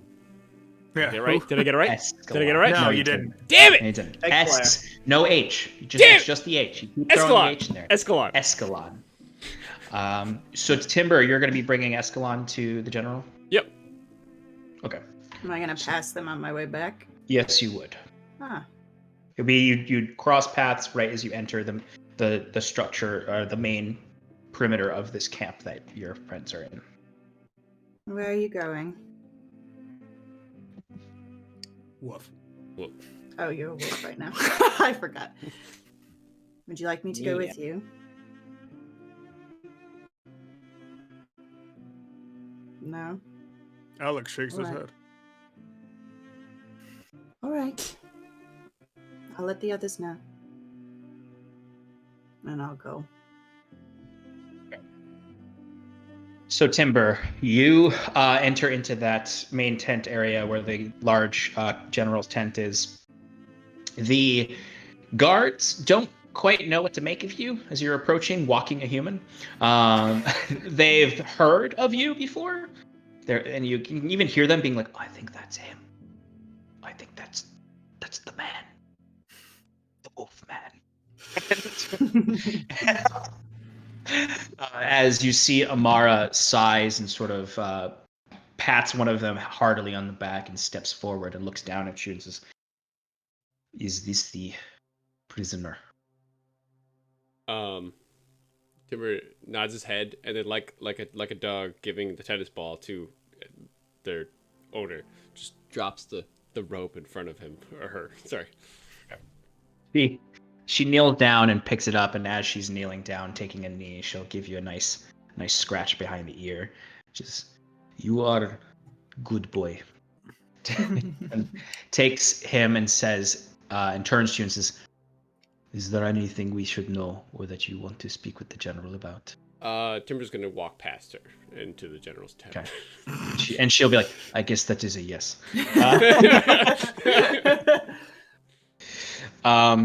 So as you're entering, she opens the flap of the tent, and you step in as a wolf. You give me a quick perception check.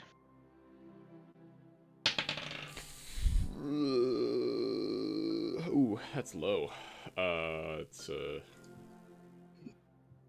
9. 9. Okay.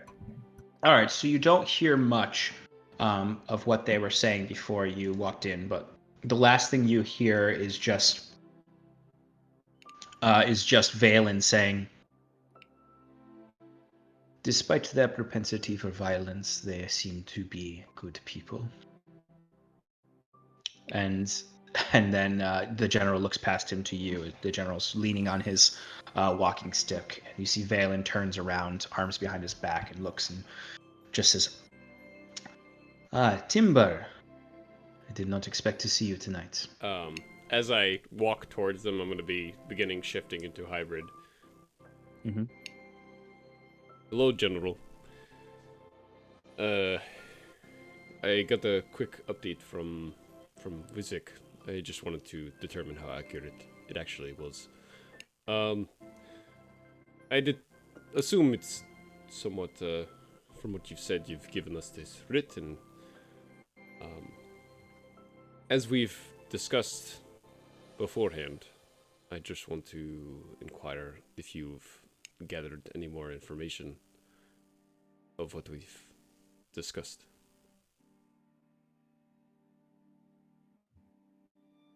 Assume what you've asked me about relates to Scarlet as well, and what you've learned on your journey.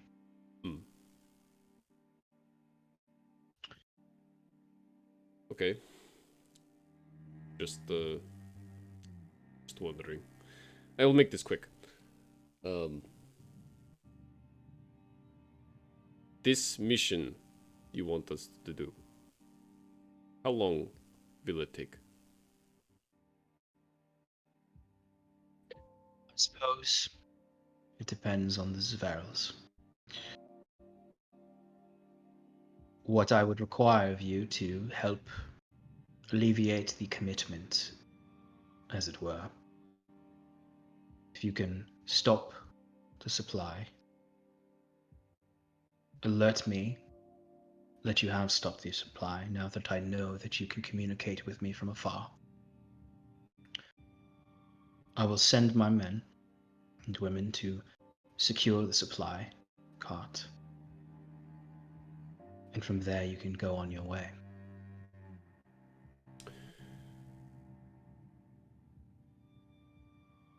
Your operation, as it were, seems more fit for this task than my soldiers.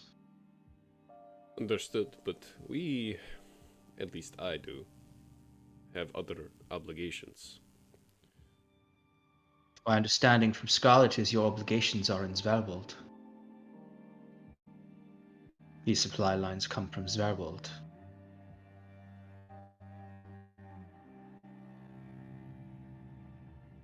Would you rather an easy passage back into Tressex from Zverbold, or a difficult one? No.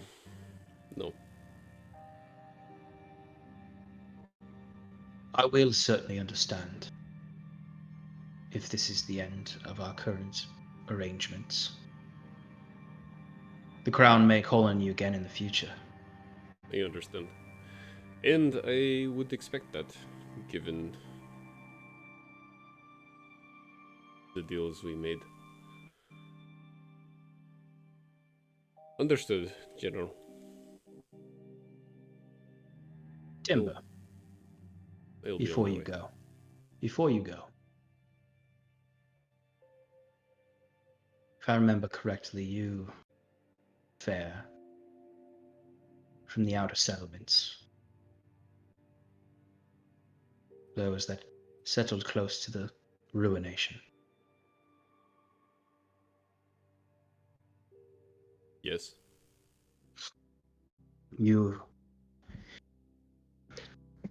Those settlements, although still part of the Quintaki, see little to no influence from the mainlands. You've spent some time, it would seem, amongst the Quintaki now. That is correct. Your companions come from varieties of backgrounds, particularly your companion Cal. And I inquire about Lord Stormrain, since I feel I've acquired a certain level of trust with you. That would be correct, General. What do you make of him? He's, as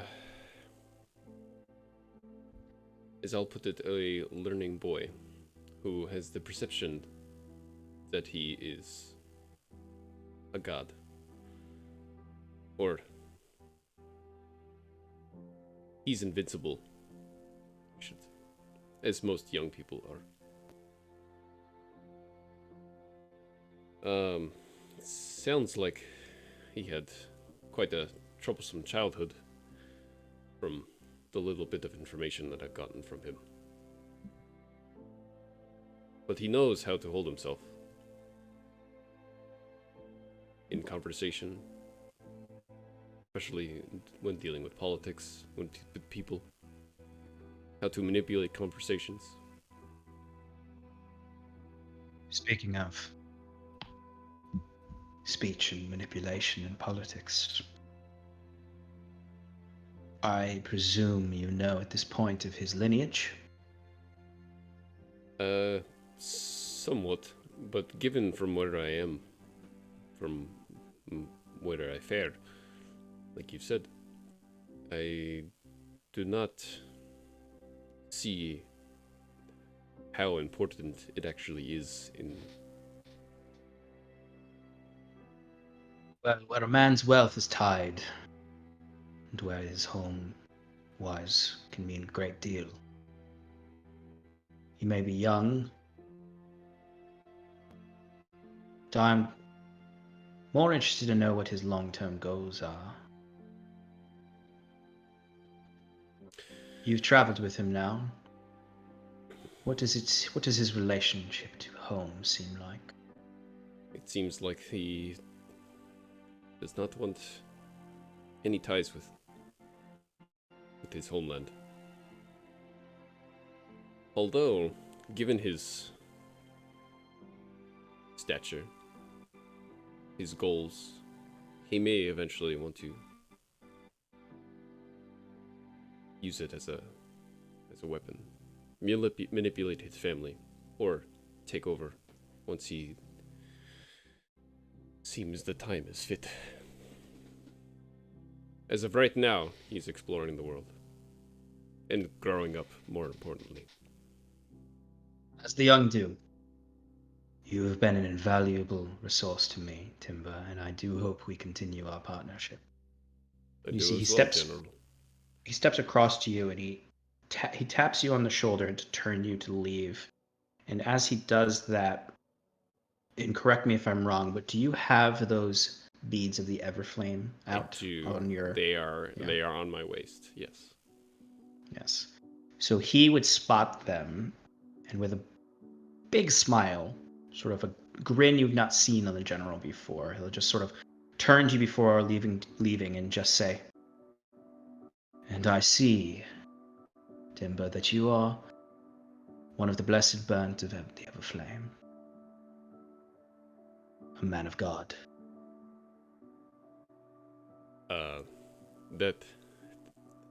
That I am.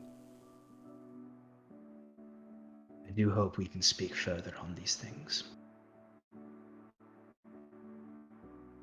I do too, General. Until next time. And crack into. Walk away. I would say, and Timber, you don't know what this means because you're not entirely familiar with the religious politics of the Quintarchy, but you would find it odd that he said a man of God, not a man of the gods. Yes, I thought that was weird. Okay. Then we'll let you go. You see Amara gives you a nod, and you are free to return. Back at the camp, is there anything you would like to do where you currently are? Well, are you talking to me? Any of you? Us? Yeah. Alright. Timber's on his way back now. You have a few Right. moments before As he... Scarlet, when Scarlet got here, I would have been Yeah. like, "How'd that go?"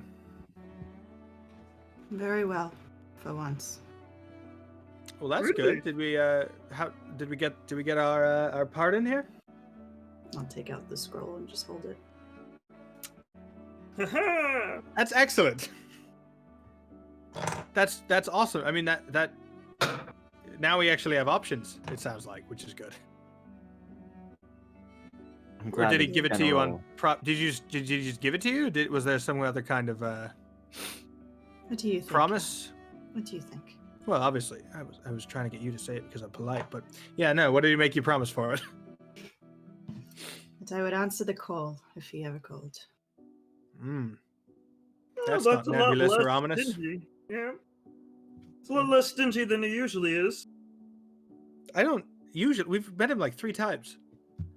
Hey man, I'm still holding on to the fact that I thought he was gonna get rid of curses for me, and it didn't turn out that way. Now, Speaking did he? of curses, Wiswick, how are you coming along on that non-detection thing? Yeah. Well, I thought we left off that I can do it with, like, it's a magical trait of my race. So I would need to study the spell itself, spend some money, and perhaps get it, but it would be something that we would probably need to invest in. Understood? It's been some time. I just wanted to check. Well, maybe I'll take a look, see if I can find the required pieces, and get back to you soon. We have more gold now. So let me know what you need. Sounds good? The other thing I want to do is once the horses are curried and their tack is away, and we have our stuff, whatever bedrolls laid out. Because I'm fine with staying here. I'm not looking for anything. I want to get Robert. I want to be like, Hey, man, yeah. Robert, how, we haven't spoken yet today, really. How are you doing? Oh, well, it's exciting, right? Look at this place. Right, it is. Yeah, so who we met with earlier when we left you was General Aldrich Kinsley. He is quite the... Yes, General. I know, right? It's interesting. It's fun. Yeah, he seems to have noticed the amount of guards around you guys, and he's just like, yeah, fun, sure. Hey, don't worry, you're fine. A, you're fine. B, so he's a big muckety muck in Oxland. He actually runs, I don't know if he runs their whole, he's the right hand of the king, is what he is. Seems like, at least based on what I remember. And it was impolite to ask, if you know what I'm saying. So, what I really wanted to talk to you about, apologies, was, well, first, I obviously want to let you know what was going on. I'm not going to leave you in the dark here. But also, here, and I give him 35 gold. And I go, here is your signing bonus, obviously. I'm sorry I didn't pay you earlier, but we just got paid, so obviously it trickles down. And then I did want to negotiate contracts here a bit with you, just quickly. Did you want... so speak real here's fast. what I'm thinking. You speak Right, so sorry. fast. Apologies. We got things to do, Robert. Okay, So- and he's just holding that sack of coin. He's like, yeah, okay. And he's just So anyway, looking at it. He's staring at it. That's your signing bonus. Spend it wisely. Second of all, would you obviously there's going to be either, I would say, weekly or bi-weekly pay schedule here. I was thinking for continued service at kind of the level that you're providing now, I was thinking something more along the lines of 4 to 5 gold every other week. Does that sound fair, at least at that rate? And then the thing that I wanted to offer was, obviously I'm gonna for any kind of major bonuses that we get, you will receive 10% of the appropriate cut for you. But I did want to see if you would be willing to instead work the way that we do, and that is generally for bonuses only. We would drop your weekly pay down to only 1 gold and up the percentage of your bonus. Does that sound like something that you'd be interested in, or would you rather the stable kind of bi-weekly income? And you know what? Let's say 6 gold. Let's say intern I've ever heard. Let's say 6 gold bi-weekly to make it a round number per week. Cal, is there something you specifically? Is there one that you want him to take? Yeah, that one's easiest. Just go with bi-weekly and a lower percentage of the bonus. Yeah, because you're gonna win any persuasion check you get on this kid right now. You have to roll a nat 1 not to get it after giving him 35 gold. So he's like, so you want to do the bi-weekly or the bonus? Yes. So I offer 6 gold or 3 gold per week, fundamentally paid out bi-weekly.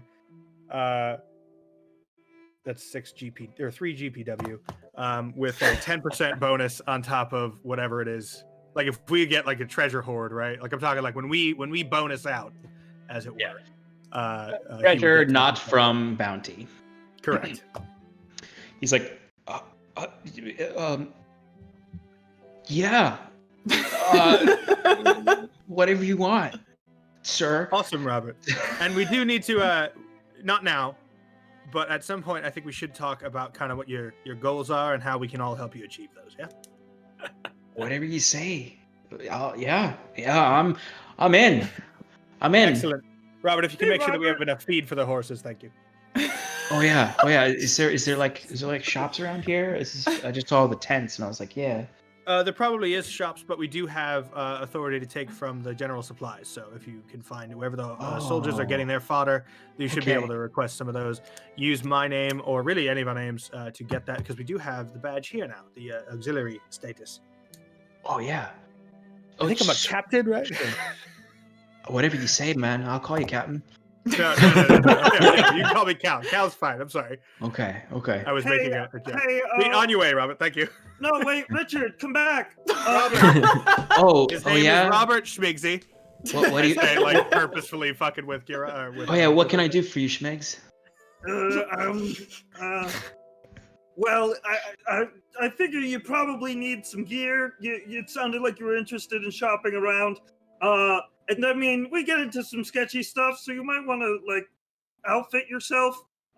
Pretty cool guy. His name is Bryn. He's the quartermaster around here. Go look for him. Let me know where he's at. Bryn, you said, okay. Yeah. Sure, I'm sure he's... Tell him Wiswick sent you. I'm sure he remembers me. I'm sure he probably also has the fodder for the horses, so it's really all the same thing. Okay, yeah. Bryn, the quartermaster. Okay. Thank you. Okay. No, Robert, thank you. Thank you, and if you need any help, let us know. Okay. And if you don't think of a better nickname by the end of the week, you're fired. That's not true, Robert. I say, like, hopefully as he's walking away. That's not true. Okay, as you see him just Riggs is perfect. You see him just run off in a random direction. That's fine. He'll find his way eventually. I think you overwhelmed the poor lad. Yes, I think you did as well. Well, one needs to know where one stands. I think you made that quite clear.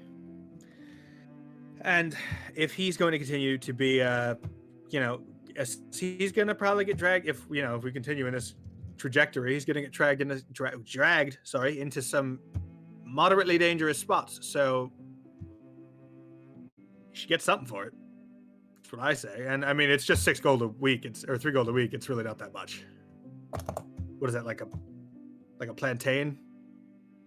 No. Plantains, which I got that joke. Thanks. Are a little cheaper.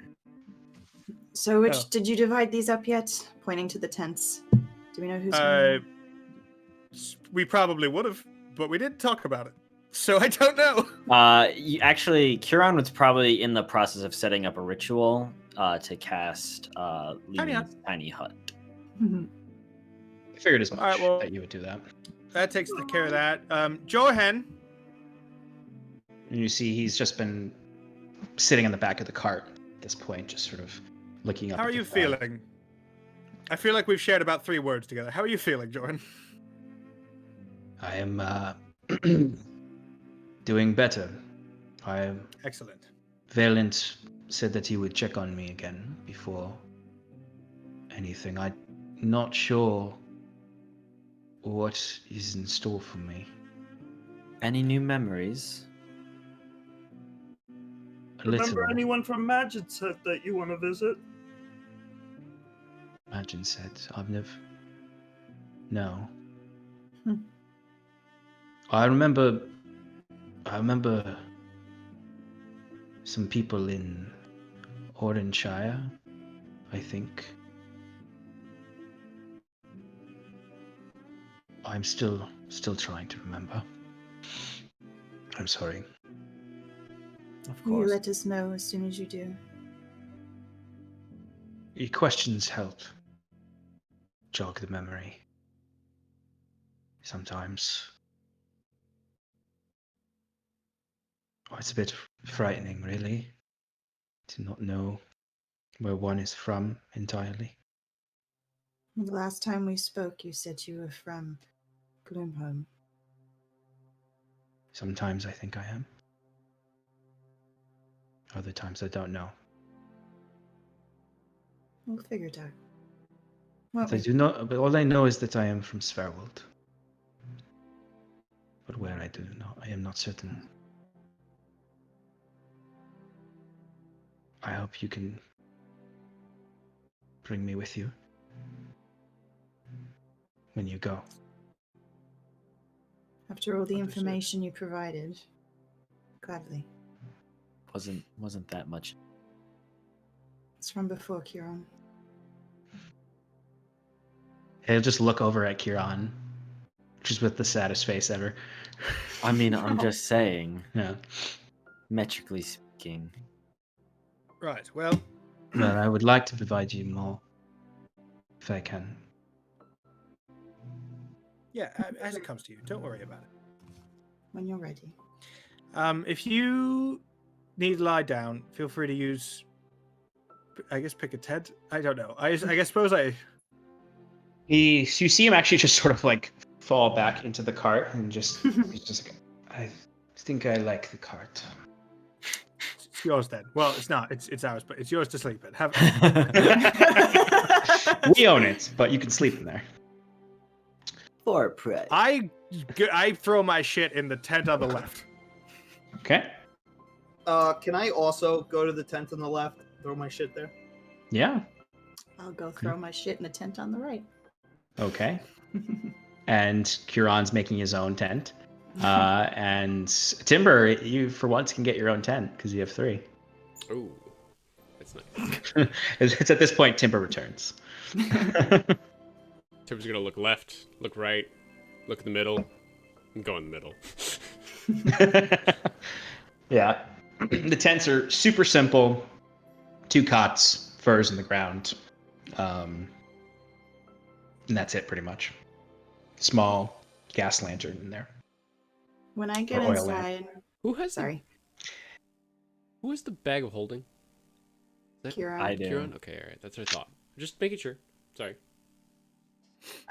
When I get inside my Who's got our tent- nuclear bomb? Sorry. Go ahead. Yeah, almost was. Yeah.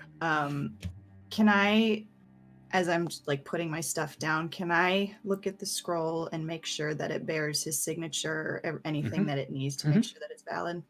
Yeah, when you look at it, as far as you know, I mean, you're not super familiar with these types of things. Mhm. It seems official.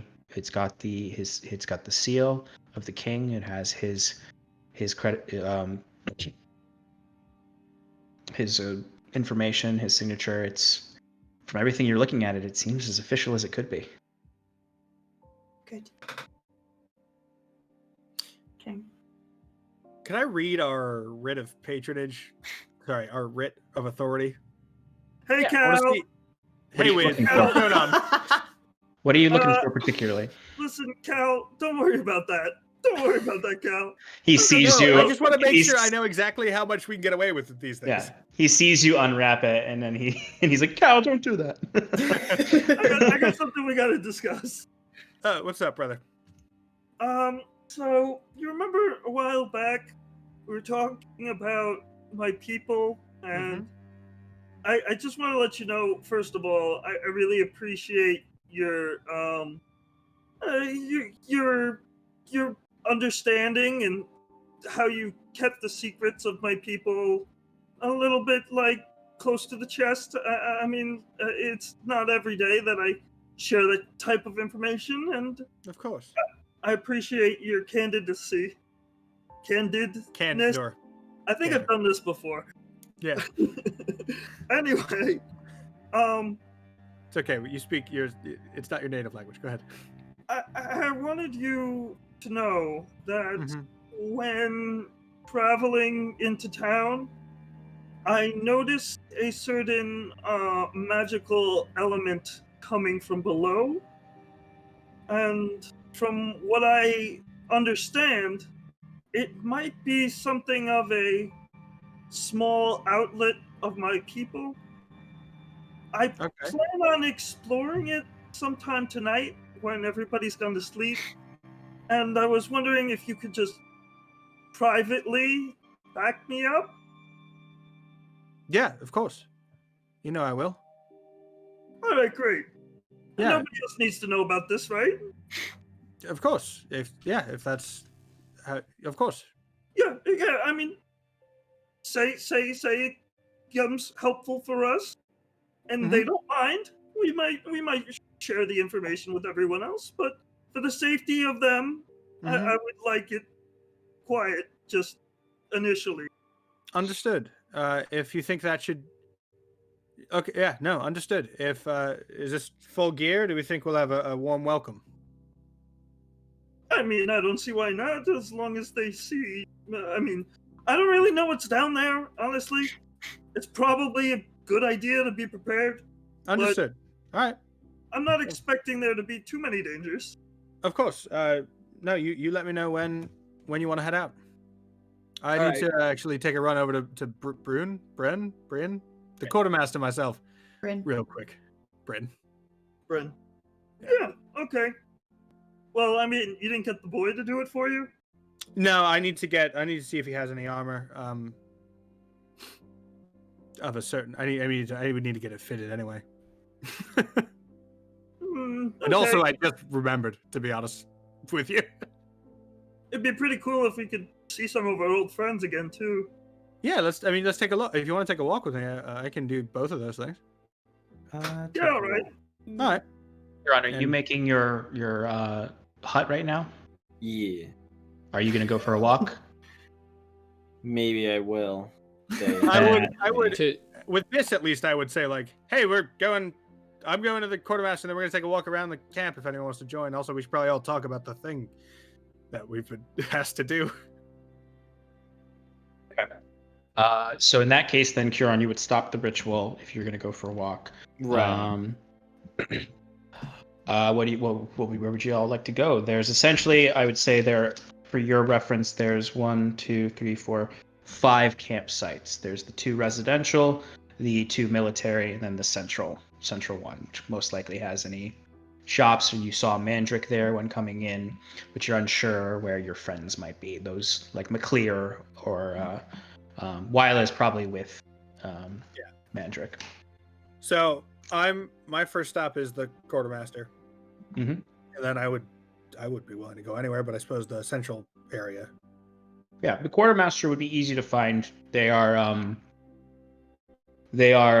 in the general's larger camp outside of his. So you actually find Robert walking back from the quartermaster when you go, and you see him carrying a big sack of feed. And he just sees you, he's like, "Hey, Captain Cal." Just Cal, it's fine. Please don't. Let's not do that. Sorry. I'm not used to, Robert, I want you to know you're doing great so far. Thanks. You see him just scurries past you with this large sack of feed for the horses. So, unless Bryn's gonna have anything important to say, Oh, hey, mate. Bryn, how are you? Oh, I know you. Yes, you do. You're from the group. Yeah, Hey, I've heard some people call you the us three. heroes. You know. Timber and Scarlet. Did you want to come? Yeah, Timber would have come, but he would have come in his humanoid form. In his cloak. It's all bundled up. Oh. Yeah, I remember a lot of you. Yeah. Okay. What can I do for you? Sure. I was Heroes of Imagine Set, eh? Thank you. Oh. And Brecklin Glen now too. Not heroes of much now, right? Yeah, ruined town I hear. Yeah, I prefer it out here anyway. I was not a big fan of living in Imagine Set, you know. I just kind of spend all day inside.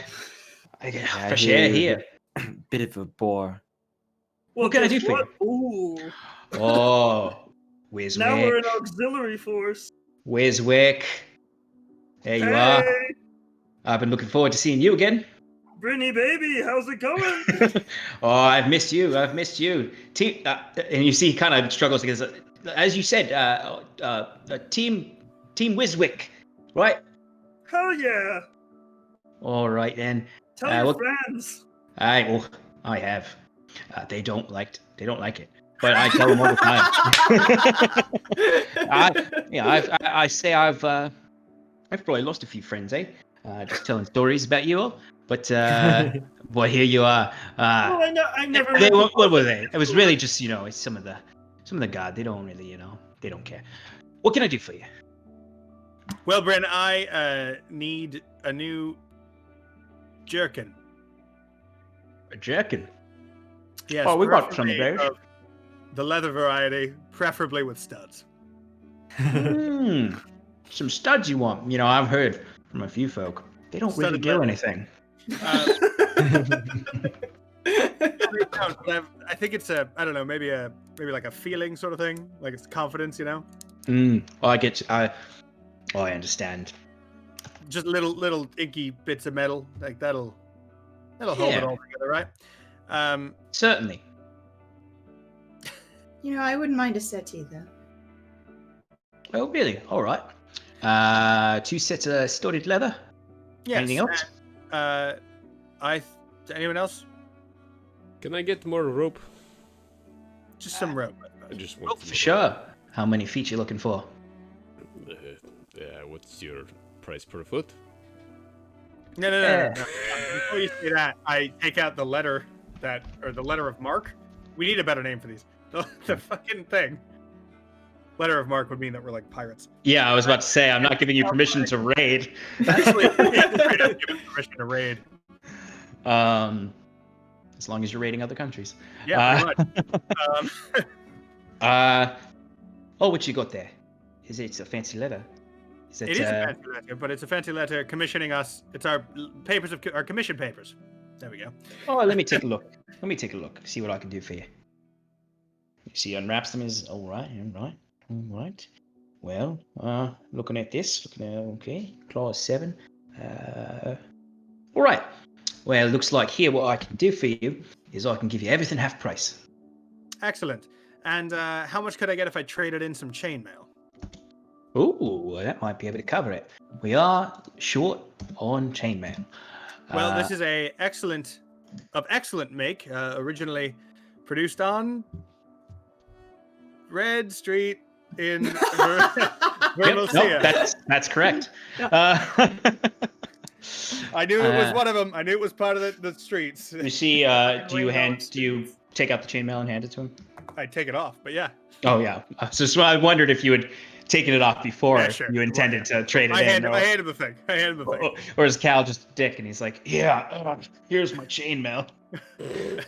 Like he Uba. might be. I don't know. No, he wouldn't. Okay, he's a used chainmail. It's definitely high quality. You got some taste there, Mr. Cal.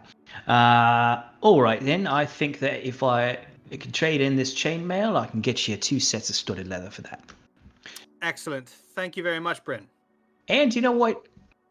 What's rope worth? I'll throw in the rope too. Thank you. Thank you. I don't Okay. suppose you have any magical scroll? Oh, magical scrolls, you say? Yep. Well, what are you looking for? Just some simple ones. Whatever you have lying around. I know your stock is probably pretty low. Well, normally I'm not supposed to talk about those with non-authorized figures, but since you got your fancy papers, maybe I can get you something. What do you? I'd have a better time if I knew what you're looking for. Well, there's this great thing called Remove Curse. I don't know if you've heard about it. Remove curse. I can take a look. I know most of the scrolls are meant to be used by, the medics on the field. We might have one of those lying around. Let me take a look in the back. Wiswick, you are aware I can remove any curses you need taken care of, correct? Huron, you told me last time that all you could do was get it off my finger. I wanted to get rid of the curse completely. Right, but I think you need a different spell to do that. Sean, correct me if I'm wrong. Yeah, you need dispel magic to do that. I can also Right. dispel. Well, so that's the thing is, I actually meant to ask this earlier, but I didn't want to get bogged down because I can do dispel magic and remove curse. So Mhm. can I fix all of our magic items that are currently cursed?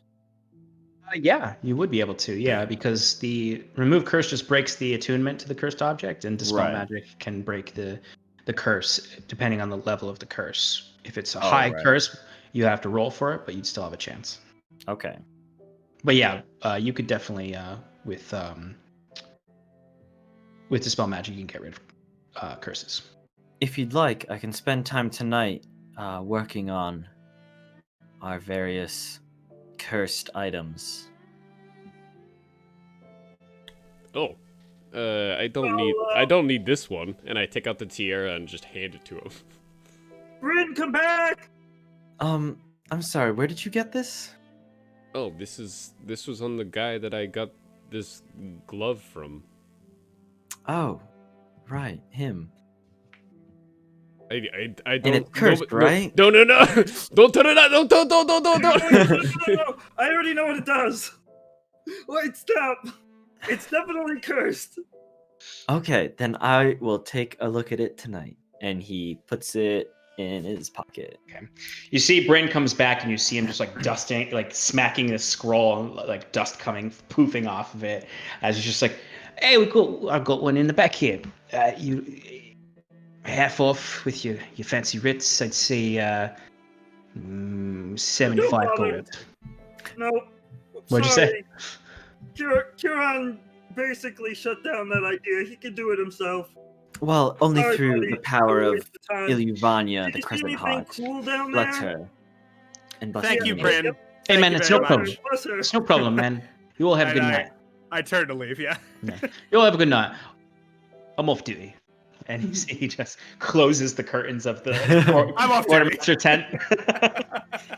Huron, Yes. that magic that you're talking about, would that work on Skaz? Well, I have to imagine that whoever cast that upon you would have been a very powerful magic user. That is correct.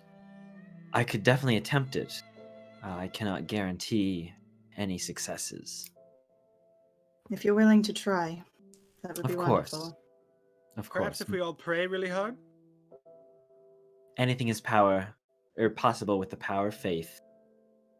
That is not the traditional chant of Iluvania. No, it's You not. sure? It's not Gregorian? It's not 9th century Catholic? No, it's not. No, that's the Church of the Everflame. Anyway. Yeah. Anyway, what would you all like to do now? So Boogie. we wanted to go. Wisbick wanted to go for a walk, and I was like, yeah. And then everybody else seems to be down for it. So I would say let's head towards the Who's Cow. Okay. The central area where we saw Mandrick originally. But while we're walking, I would say, all right, so what do we think? I mean, you've got your pardon now, right? So what do we think of the general's? What do we think of this job? Do we take this job or no? My concern is how long it will take. We have to cross the river anyways if we're already headed that way towards Ornshire, correct? It's in this Svervold. Yes. That's right. Agreed. Yes.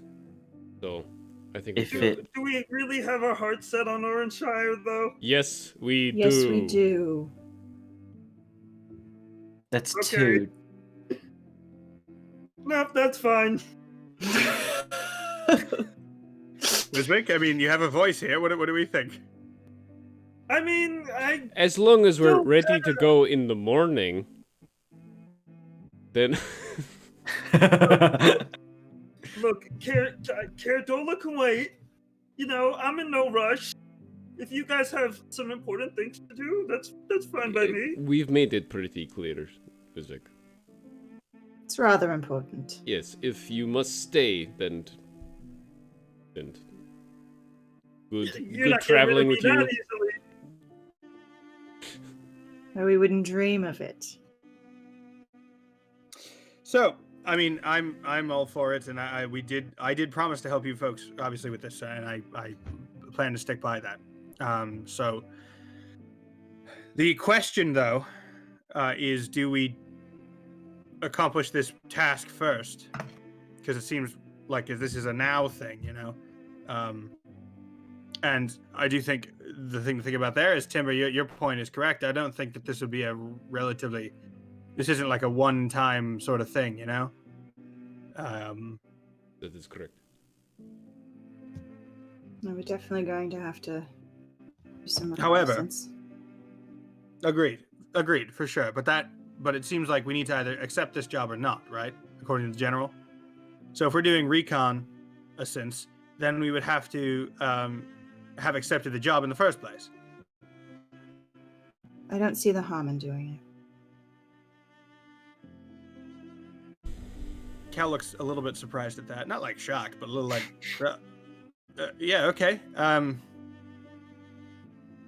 mean, you do know that this will probably entail like attacking unarmed supply trains, right? Yes. Not necessarily. There are other solutions besides violence. So okay, that's fair. But either way, we have to either take out the trains themselves, the convoys, or whoever they're doing it themselves, or the source of the convoys. And you're right, that could be nonviolent, but based on my extensive knowledge of I say like possibly self-deprecatingly, but like for sure, like not, you know. I mean, this is how it disrupts supply lines. Fundamentally means you stop the supplies, right? And that means that we would need to either cut the road ourselves or find the source of the supplies. And either way, I don't think they're going to give them up without a fight. Knowing what I know about Zverils, which is what, Sean? Like about them as a people? You know that they're very separated they're the most distant from the other Quintarchy nations. Sivia, you would presume, would be that way, but they have pretty significant connections to Oxlin. The Zverils like to stay as far away from the politics of the Quintarchy as possible, often to the suffering of the people of Eastern Zverwold, because they like to keep things on the coast. That's why there's so much rampant crime in Eastern Zverwold. Look, My point, I'm not against this. I'm just saying we all need to make this decision. I see we do what we can, and with the time that we have, and if I deem it taking too long, I will leave myself.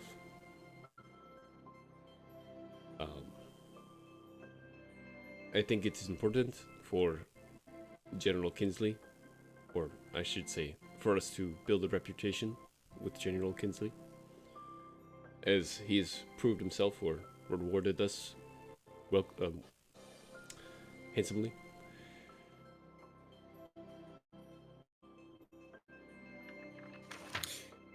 I think we have a good progression here. I mean, Go.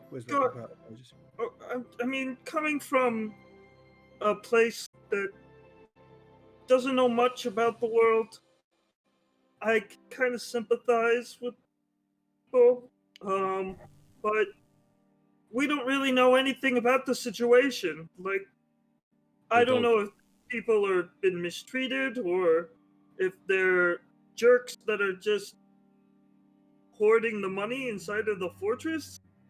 There's definitely a lack of information. Yeah, so I mean, I think that we can't make an educated decision yet. That is a good point, Wozak. I was thinking the same. I'm just giving us a plan B, or I should say my plan B. So, okay, so one of us has to go and talk to the general and get more information then, right? No, I think we obtain the we have information to when we obtain the go. information. He wants us to do recon. No, he wants us to disrupt their supply lines. Right.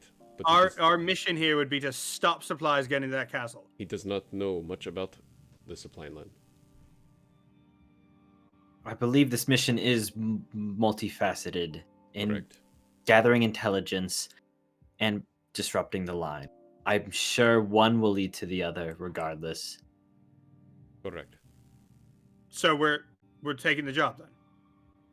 I It's see on no the reason way. not to. It's on the way. And if we decide to leave it, then so be it. Well, I mean, nothing says that we can't walk away from the job if it crosses a line or something. Correct. We already have the writs. We have the pardon. Okay. We'll give it a try. Kelly, you seem upset. No, we're fine. We're ready to go. Well, no, we're not ready to go. We're going to go hang out and go to sleep, and then we'll go tomorrow morning. Cal spins out his heel and keeps walking. Okay. So as you've somewhat tensely decided to take the general's job to stop the supplies from coming to the castle, you go into the courtyard and you are able to spot Mandrick in front of a tent, stirring a cauldron over a fire, a small cauldron, stewing something. As you can see behind him, sitting on a large rock, is Wyla, who you can see is eating, just ripping apart some bread and eating it, and she seems deep in thought. And you can see there are several people gathered around the main fire pit, but then even more folk seem to be gathered at the edge of the cliffside, where it's slightly shorter here and has a descension that leads down to the banks of the river. And you see there's a lot of folk that are gathered down there. You see a few small fires. People are just enjoying the early night. What would you like to do? Hey y'all, your heroes have returned! You yell this out into the middle of this space, and a few people look over, but you don't get much recognition. Huron's hiding his head like, oh boy, walks over to Wyla and Mandrick Yeah. Timber does to the greet same. them. You see Mandrick notices you first, and you see a big smile cross his old satyr face as he comes rushing forward, and just he doesn't know what to do. Like, he doesn't know if he should hug you or something, as he just looks to each of you. You've returned. Wiswick gives him a hug. Wiswick, you grab onto his goat legs, and he brings his long arm down and pats you on the back, and he's just, Wiswick, I did not think I would ever see any of you again. What, no confidence in us? I thought you'd know better by now. I didn't know if you would come looking for us or not. It has been a long journey. It Yeah, has. I How just do.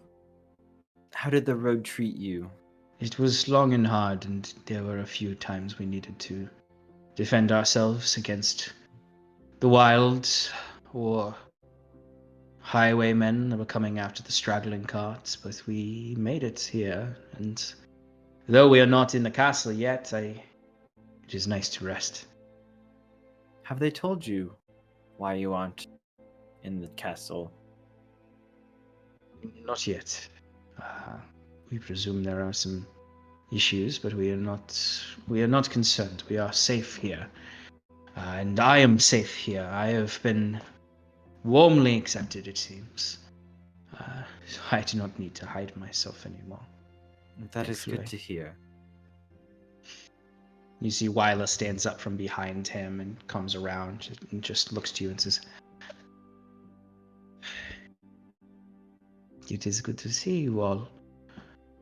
What did you discover on your journeys?" Nothing but assholes. What are you She making? kneels down. She kneels down and gives Wiswick a full hug.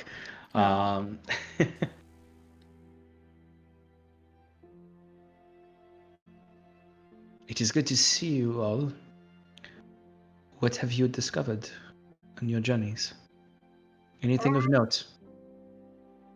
You know, same old, kicking butt, taking names, beating bad guys. How we do, you know. What are you making? Mandrick's like, well, we are making some of a recipe Wyla has been working on. It is a sustenance stew of sorts, alchemical in nature, meant to provide more nutrition, keep someone well fed for a day. Are you two? Timber. What?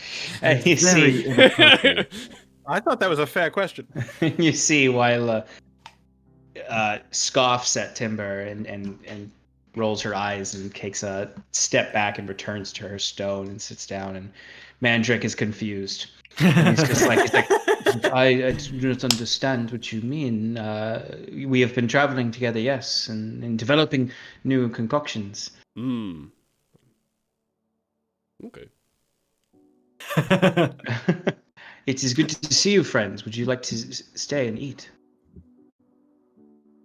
Yes. I would love to. Oh, I mean, I would much like to share some stories with the road and catch up with old friends. I may be back, but I think I should go find McClear. And you see Mandrick's like, oh, I've not seen McClear in a little while. And then Wyla's like, he's down by the shore, I think, by the riverside, with his family. Oh, thank you very much. Cal, I'll go with you.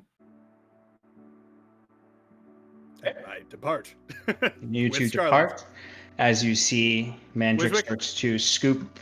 He looks to Timber and Kieran and starts to scoop some of this nutritional stew into wooden bowls. And he just looks to Wiswick as, you as well, little friend, or are you going with them to go and seem clear? Yeah, maybe I'll have some stew on the way back. I do want to see McClear, but first, Wyla, any new research going on lately I should be aware of? Anything to do with our old friend, the Archdruid? Have you learned anything of the cult? I have, actually.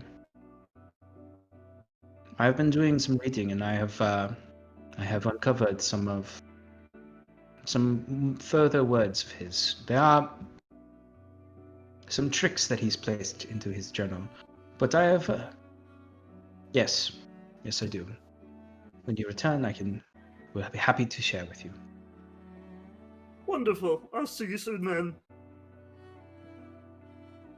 So, Timber and Kieran sit to enjoy a nice meal with old friends, recounting the tales of your journeys and what you've seen over the last week and a half. And they tell about the journey here and share their stories. Is there anything specifically you'd like to ask them or get from them before we switch to the rest of the crew finding the clear? Huron would definitely highlight, the one defeating of the mask and the process of, what he thinks is, creating a new servant to the Pallid King. Highlighting the Black Spire, the connection with the Astral Sea, and the doorway with all the different planes of existence, and kind of see, what they can add to that story. And mention the magic teleportation, the ruined one he found in the barrows. Okay. So she would definitely respond with a bit more information, and we don't have to do the full role play of it, but she would say, at the mention of the mask and the ritual that you discovered, she would mention, I seem to have recalled something that I had discovered in his journal that sounds something like that. Or some of his notes that he crossed with the other text that you left me. These creatures, these strangers in yellow, as you called them, it would seem that in his text he refers to them as geists.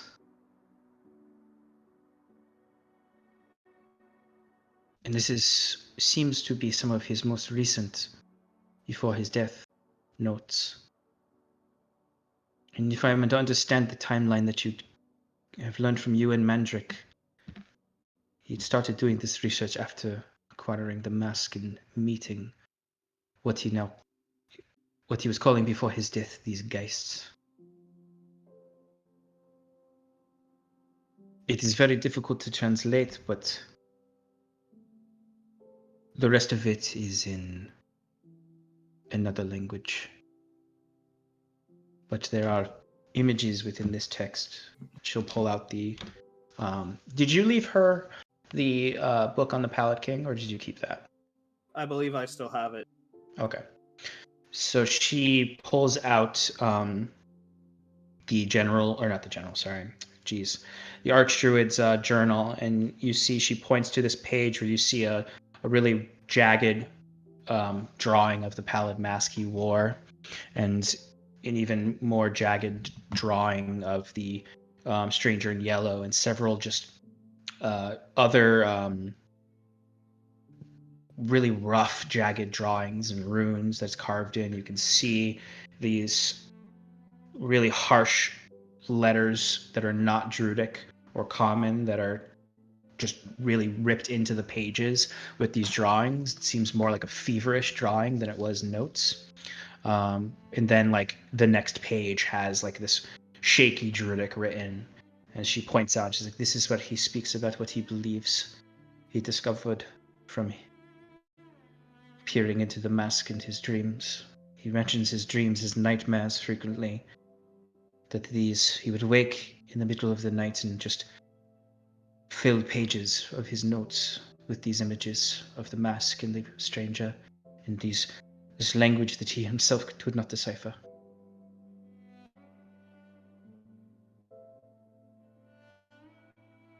Very interesting. And I guess this for you as well, Mandrick. Are you familiar with this black spire that once dominated Tresix? You see he scoffs and he's like, not something that I have ever known, but these foolish wizards bringing all manner of creature into the world with their delight in portals and power and control. You see he's quite disgusted with the description of the spire and the manipulations and portals that you found. These are the sorts of things that led to the destruction of my home.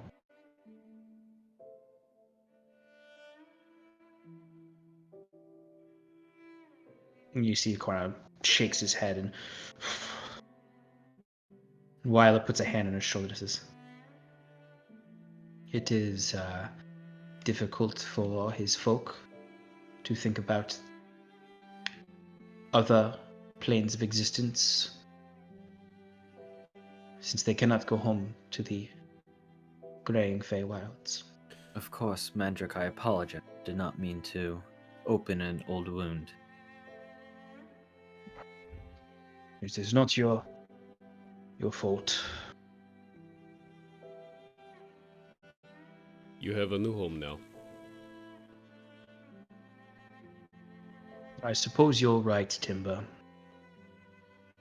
Though I would give much still to get one last look into the font mother.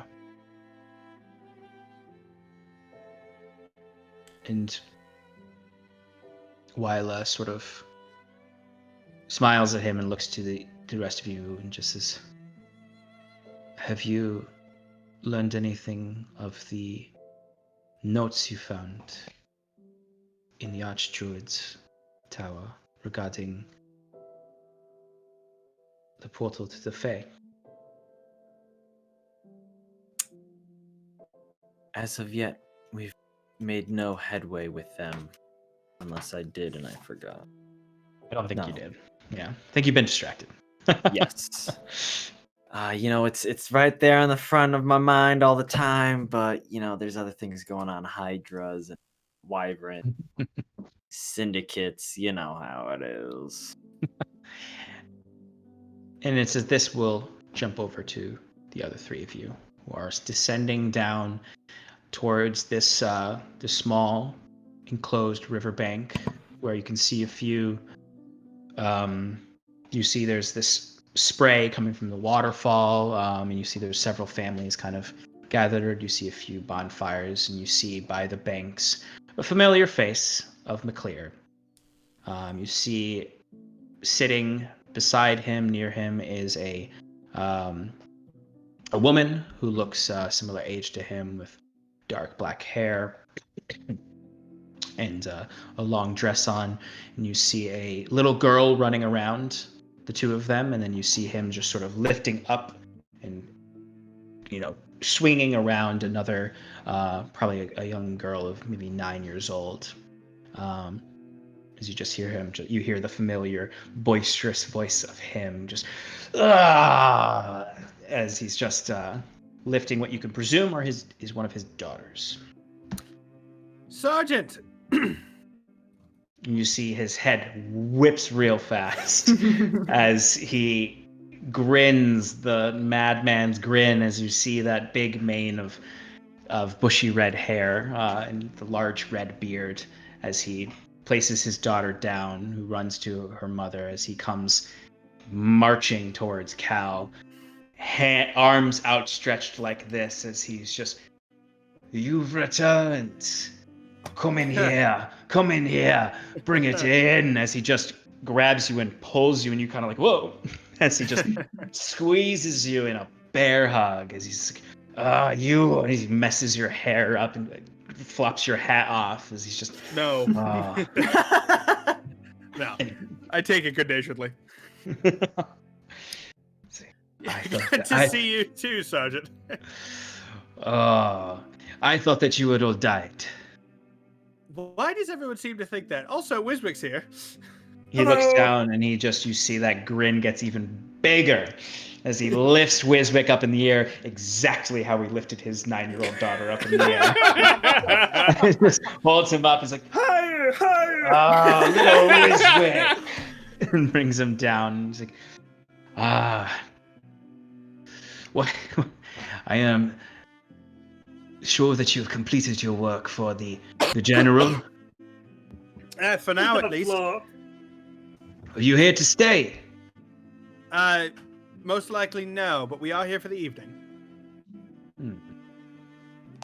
Coming in dead of night, leaving as soon as the morning, I see.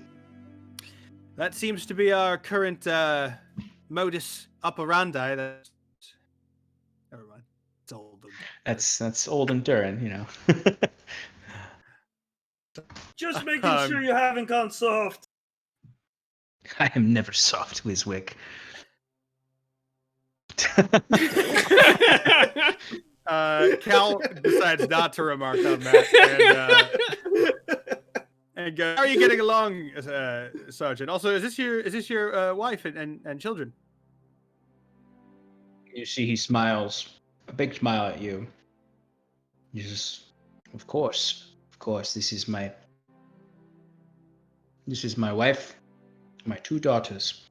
My wife's name, as Sean looks at his notes, is Avindia, my wife.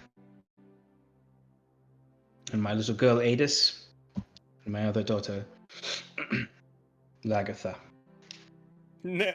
Sorry. Yeah.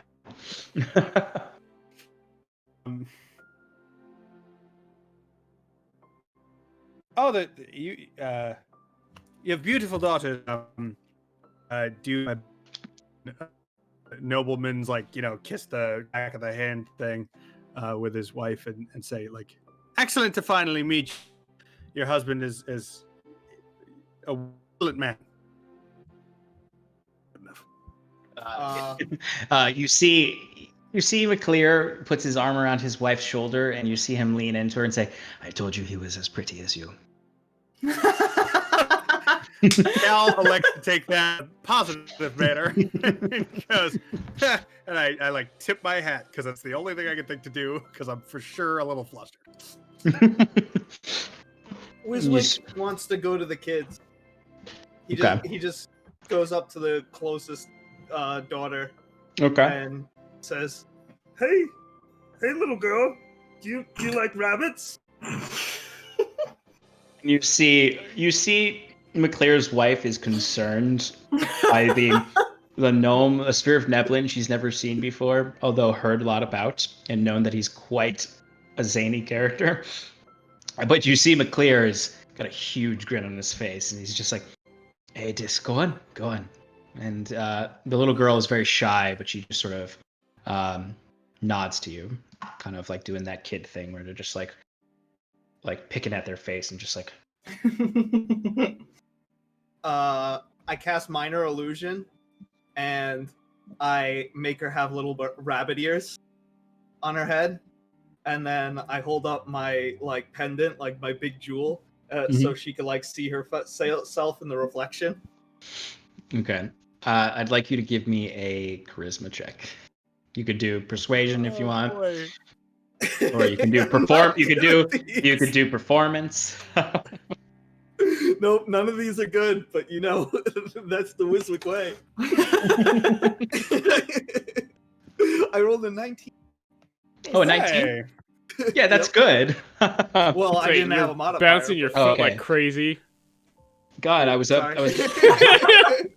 about to be like the little girl runs as far away as she can, saying, "Rabbit ears! I have rabbit ears! I don't want to be a rabbit. I just like them." No, you see the little girl gives a really big, bright smile and does that like a little giggle as she's excited, and you see she puts her hands on her head and her hands go through the illusion, and she's just like. And McClear gives you a big smile, and it's bringing a lot of joy to this little girl. As her sister is laughing at her a little bit. The sister seems to be a bit older, probably 12. But you see with that check, his wife seems to calm down. Evendir seems to not be as tense about the Zvirfneblin using magic on her daughter. As she cracks a smile herself, she just looks at each of you and says, "My husband has said that you have all done such great things, and that he would not be alive without you." And I can for sure say the same of him. Well, I am happy. I would certainly not be here if he weren't around. Well, I am happy to know that, and I am happy to know that he has such brave friends. I'm also happy to have him around more, now that he is not with the guard.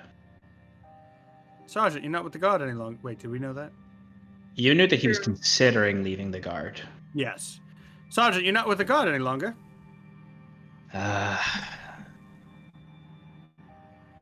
I think you knew it was never for me, Cal. I tried to get a promotion once. happier now. It gives me more opportunities with the girls, but also I can do what I want. Well, that's Perhaps- excellent. Perhaps we will see more of the world. Perhaps I'll go on an adventure like the lot of. Well, What do you do for money then? You just Wiswick. you had some saved up? Yeah, Wiswick, that's not polite. We need to work on your manners. Well, I mean, I worry for the guy. Sure, Yeah. but It's phrasing. No, you're totally correct. He laughs jovially and bends down just to slap Wiswick on the back and just sort of pick him up and drop him for a moment. And just like, no offense at all, Wiswick. I'm a big, strong individual. I can get plenty of work helping the blacksmiths, helping around whatever I can. And when the work dries up, perhaps we will move on and see what is next. But all I know is that I am not tied to some post. I am not tied to some captain telling me what to do, how to do what is right. And it's much better. Well, good, Sergeant. I'm glad you're getting on well. And we could just spend. Go ahead. I was just gonna mention we've gotten a little bit more proficient with magic. So if you ever receive any magical letters from us in the future, don't freak out. And you take some time to sit by the river, enjoy an evening with your old friends, your first friend in this adventure, really, MacLear. Small talk. You generally, what you talk about is just what you've seen. He does express a desire to see more of the world. You note that, but also I'd say both of you or one of you with advantage can give me a quick charisma check just to kind of get more out of him. There are 3 of us, Sean. Okay, so whoever would like to make. Yeah, I'll do with one of the advantage if that makes sense, guys. Yeah. Yeah, go for it. Yeah, go for it. Wow, thank God I had the advantage. That was a nat 1, but then actually are we going persuasion or raw charisma? Persuasion. It's an 18 then. Okay. I would say there's a point when you're all sitting there and you're sharing a bit of drink, a bit of food, where he gets quiet and expresses a bit of dissatisfaction with the general. I'd say in the broadest sense, he thinks that the general is using the Tressians. And doesn't like following the general. He thinks that the people of Maginset should make their own path and not just wait for the general to plant them somewhere. Using them how, Sergeant? Or, sorry, Stephen? What's his first name? Does he have a first name? John. Okay. Yeah. I forgot. His name's John MacLear. Yeah. Stephen. That's his middle name. Same question. Yep. Sorry. He just looks and just says, Yippee-ki-yay, motherfucker. Sorry, go ahead. The king, not King Heinrich, but the king of Tressex. He is fallen out of favor, I believe. Not surprisingly, he seems to only care about lavish parties in the capital, Meduin. Now, I believe that the general is working a different angle. His motivations for helping the people of Tressex, I believe, are not to free us of those who torment us, but to solidify control. And while the Quintaki brings much protection to Tresix. I think that after everything that has happened, everything that happened in Imagine Set, the destruction of our home, I think the Tresians should lead themselves. It does not mean that we must leave the Quintaki, but I do not want to be planted wherever an Oxlan lord wants me to be. Say what you will about King Edma of Tresix, but he stays out of our way. Sergeant, do you think a lot of the folks feel that way?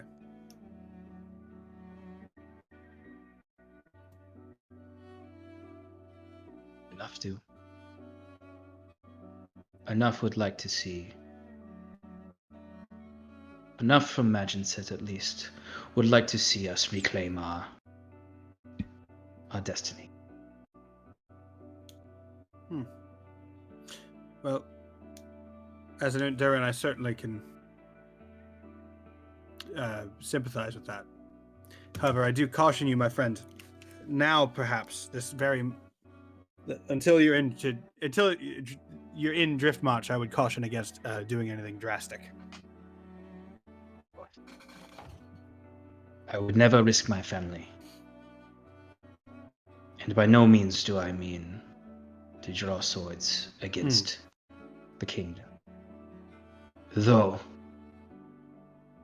it has been long since I've had a good fight. Not since that night in Imagine Set. No, I just hope to leave this keep on our own terms, if you understand. I do. And if you can get a letter to us, if you ever need help, let us know. Or me know, at least. Certainly. You would be the first I would seek out help from, if need be. Oh, gosh. No. The town might be in ruins and only occupied by the henchmen of this General Kinsley and old ghosts, but you're still the heroes of Imagine Set. Oh, gorsh. And then we can go back to small talk. And then you cheers your drinks, and then he talks about how pretty you are, Cal. For how long? Long enough where it's like, all right, we got the joke, guy. Yeah, is this what's going on here, pal? And then later that night, no. Him and his wife visiting. Him and his wife show up at your tent. No, just kidding.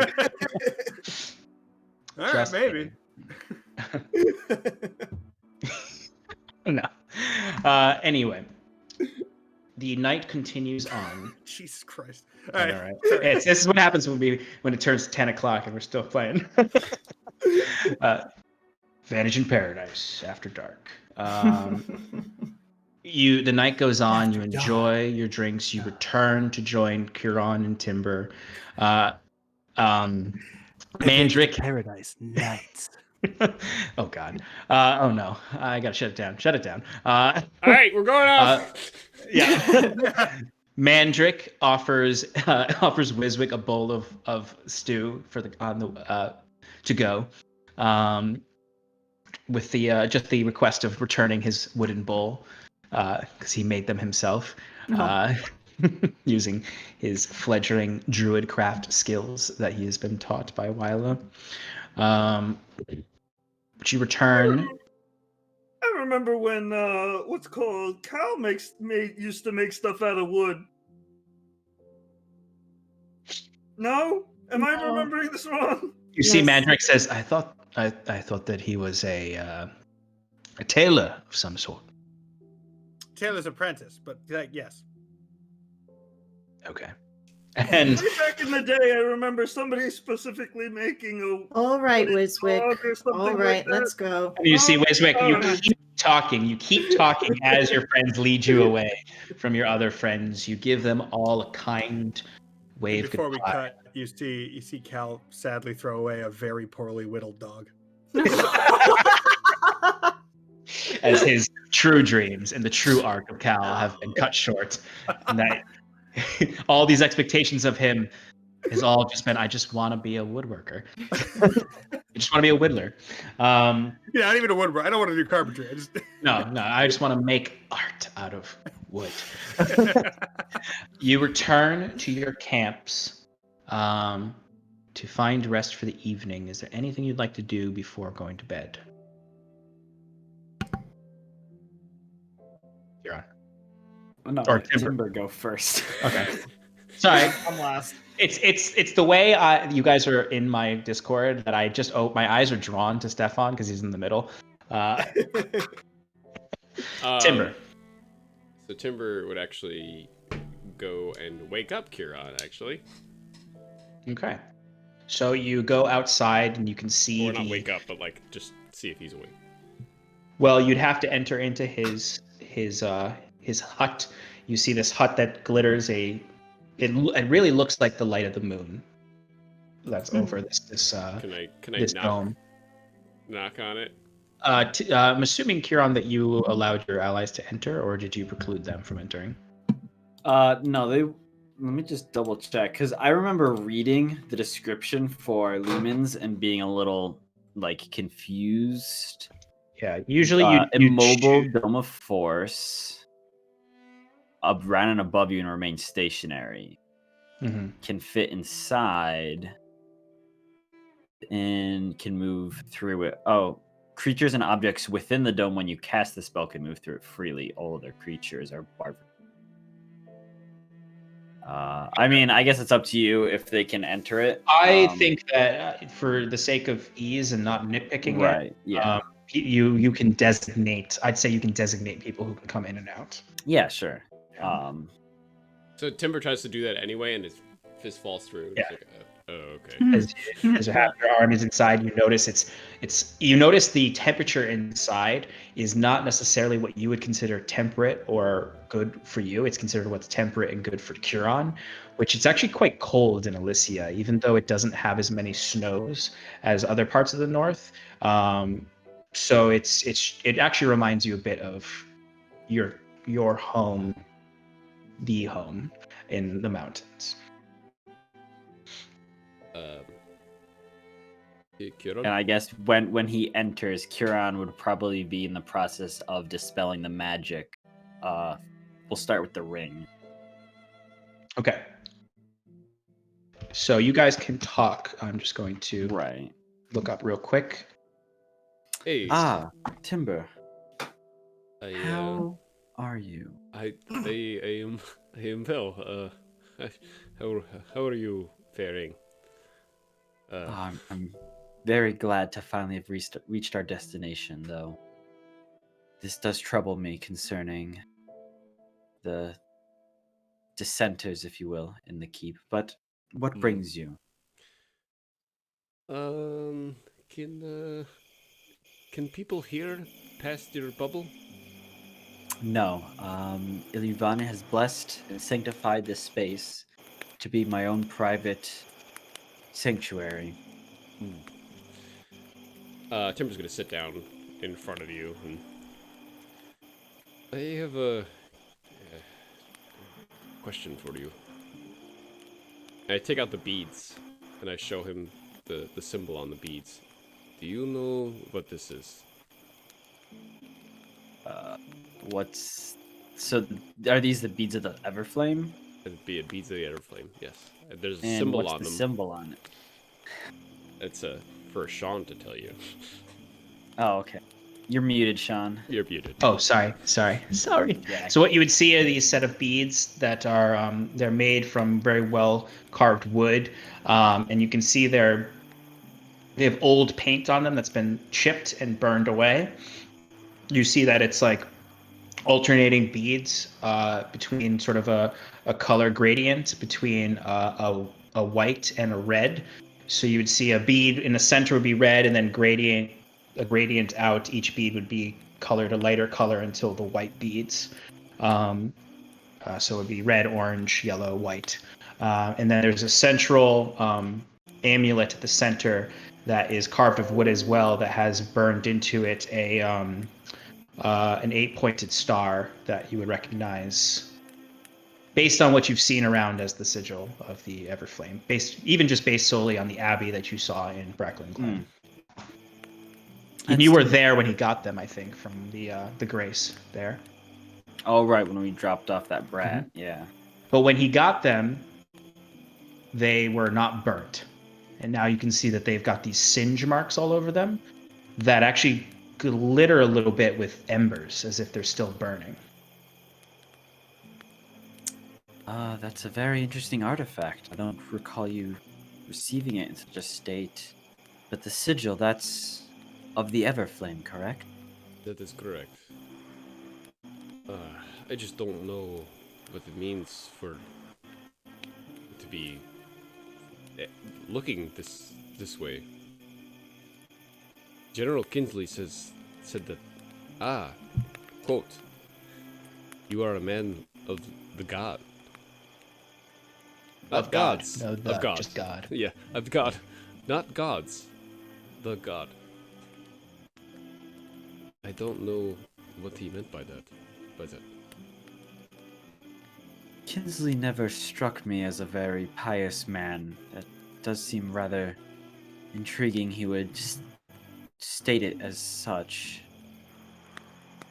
I mean, I am devoted, of course, to the Vanya, but I recognize the power of all other deities within our multiverse. Correct. I just had the same. Well, I don't want to cross a line. Is Curon familiar with the Morseer conflict and the basis of it to what you've kind of given us? Yes, so Kiron would have the best knowledge of the Morseer conflict because the Elysians are the only ones who are a society from before the conflict. Everyone else was rebuilt after the conflict. Right. So based on what I've told you and what you've seen in the notes before, you would have pretty much knowledge of all of that. Right. Well, I mean, there was the Morseer conflict where one tried to rise above the others, but he was put down and bested, and that's where we now have the chained gods, such as the Pallid King, those that joined him and inevitably fell with him. But and Kieran would have never heard of anyone, speaking of one singular god. No, it is uncommon for there to be. There's no like formal monotheism. All religions have like this is our god and we think they're great and probably better, but there's no one who discounts the other god's existence or power. I mean, it may be a new form of praise to just the Everflame? Well, remember, they had been speaking of these cults that, worshipped the dead gods, such as that the Ash Keeper, and and Iluvanya even. They've warned me of openly worshipping her. Could be possible that they are trying to convert fanatics into the idea that there's only one, but that's maybe a bit of a stretch. That might be. But it is a good... I don't know, it's something. I'm at a loss. Anyway, I have one last request from you. Of course, however I may help. Look, lately I've not been myself. I cannot control I'm starting to, look at my form. my beastly form is now taking over my brain. Yes. I'm doing my best to maintain consciousness, and I don't know how I'm going to react in certain situations. And I just want somebody with I just need to know that the whatever path I go down, that it's not a dark one. If I keep killing, it gets easier. At least that's what the beast says. It's nothing if you take someone's life. When consciously, you understand. Of course, it takes a toll on all. Correct. A toll on us all. This is not something I can talk to with Cal, because he's learning this. Or he should be learning this. Scarlet, because she still thinks that killing is okay and whatever. And Wisvik, he's still a baby.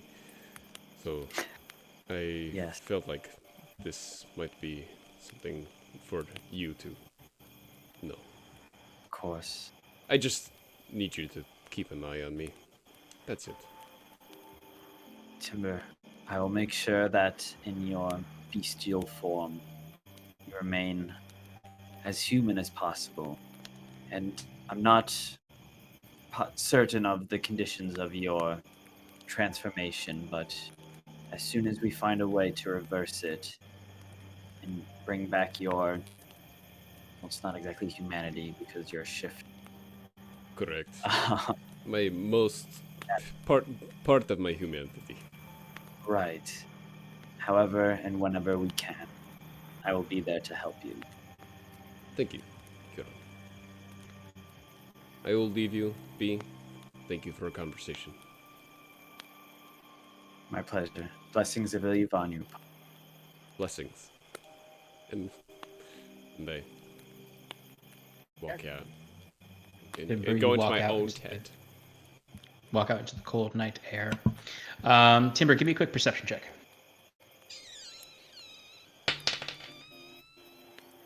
That is a 21. Okay. So you notice as you're stepping out, kind of looking an eye out, your typical wary self. Those sentinels are still clustered up in the watchtower, looking down at the camp where the general is.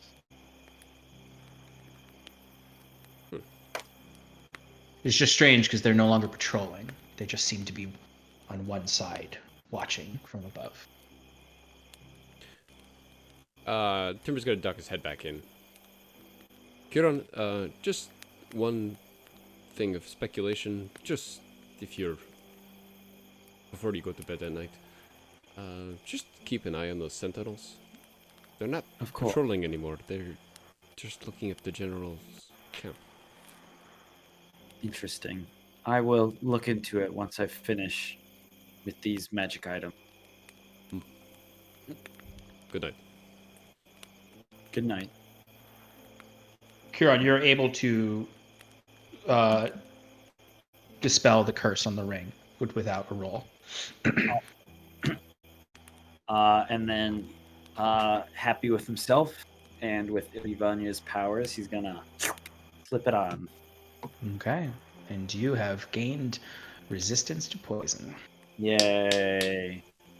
And now it does count as an attunement because a cursed item has to be an attuned item. But yeah. So you can attune to the ring and you'll have resistance to poison. Cool. And then tiara. You'll need to roll for the tiara. Okay. It was fire. No, yours was fire. Mine was poison. Yeah, he has one as well. Oh, he's doing his. Okay. I don't think you. I thought yours was already done like ages ago. I didn't give it to you, but it was spoken of. So. Right. So the thing is, I removed both of our rings. I got them off our person. Yes. Is it just a flat roll, or am I adding my modifier? Add your modifier. Oh, okay.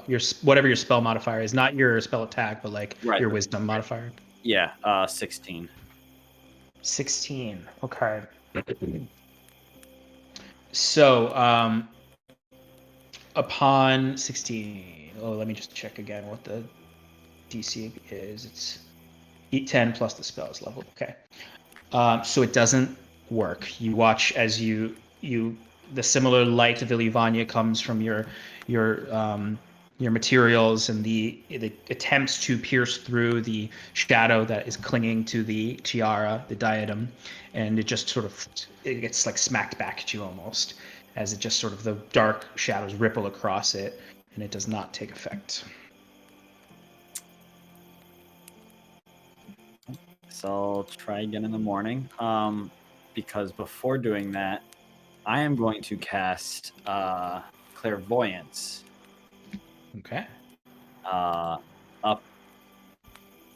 I'm gonna do it just like right behind these guys. Actually, yeah, I'll right behind them, like basically like hovering Mhm. the space behind them.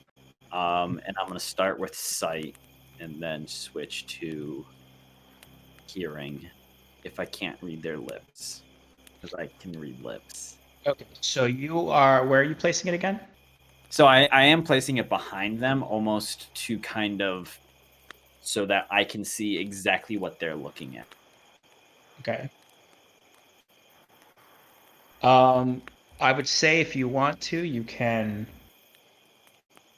If you want to cast the spell now, you'll need to expend resources to acquire the material, because it does have 100 gold point focus that you would need to have for it. Which I would, allow you to have searched for that, something like that. Those are very specific reagents, but I'd allow you to find something like it that you could use. Right. Okay, so I'll remove that gold. But yeah, so I guess I didn't even realize that I needed components for it, but Kieran would have known. So definitely while we were out gallivanting, Mhm. He would have stopped by, as you said, somewhere. Okay, cool. Quite honestly, you could say that you bought it from Saoirse. Oh, okay, nice. Yeah, just for the ease of it. Not always. In the future, I might not be as forgiving, but for this one, I will be. Fair. Okay. Okay. So you're doing sight first, or hearing? Sight. Okay. And what's the range on that, and where are you placing it? So I can it's range a it. mile. Jeez. Yeah. Okay, so you're placing it above them so that you can hear what they're saying. Yep. Okay. Above and behind. Okay. Give me a perception check. 25. Yeah, you hear some things. So they're deadly quiet for a while as you're listening, as you're concentrating on this spell. You can just see them tensely standing there, holding their crossbows. You just hear one of them say, he's like tensely breathing heavily. He's like, "Is tonight the night? Is tonight the night? We'll wait for Serdic's command. If he says so, it might not be. Just keep your crossbow ready." I don't know, did you see those adventurers that came in? I know. But we're here for the purpose. Cerdic will know what to do.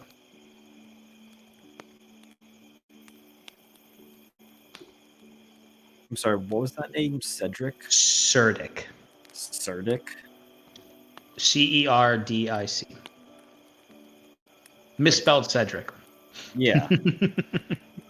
That's how all good fantasy names come about. They're just misspelled current names. No, they're really just the progenitors of the current name. All right, then with that, I'm going to switch to sight and scan the parapets that they're up on, and then scan around behind within, or I guess, well, so it's the guardhouse bridge keep, correct? Say that again? So it's the guardhouse that they're on, then there's the bridge to the keep. Correct. So, so looking in that area to see what I can. Okay, give me a perception check. 21. Okay. So there's the 4 guards in the top of the crenellation of the gatehouse that are all clustered together. You can see down on the bridge there seems to be a few patrol sentinels. You can see their torches as they're just moving up and down, primarily on the side of the river, not the waterfall, although a few of them are looking out over the waterfall. They seem to be just keeping an eye on the water. From what you can see, it seems like there's quite a few soldiers here, actually, or whatever their allegiance is. They have quite a few men and women there that even with your limited, military knowledge, just from general ideas of how fortification works, they'd be able to pretty thoroughly defend this keep with the amount of people they have, although it's not an army. Right. You can see some torch lights in the windows of the keep itself. You can actually see sort of that stubby cathedral-like part in the back. You can see there is some stained glass on it, and you can see light emanating from that, as if there's some large source of light within. Looks like torch or firelight. And what is the stained glass depicting? The stained glass is depicting, it's hard to see from here, but I guess with clairvoyance, you have pretty good perception, and I guess you could realistically just pop it over there. It's mainly, the visions are strange to you. They're not of anything that you would, it's not Tressian in nature, I guess. There's no visuals of the Font Mother or the Ash Keeper. It does seem that there is the figures depicted on the stained glass don't seem like deities. They more look like powerful wizards or magic users that are displayed channeling magic or doing several different feats.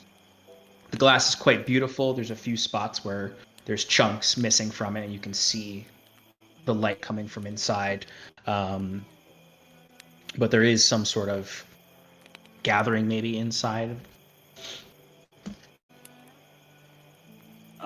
I guess upon, and just so you know, you can't move clairvoyance once you put it. Okay, you'd have to recast it.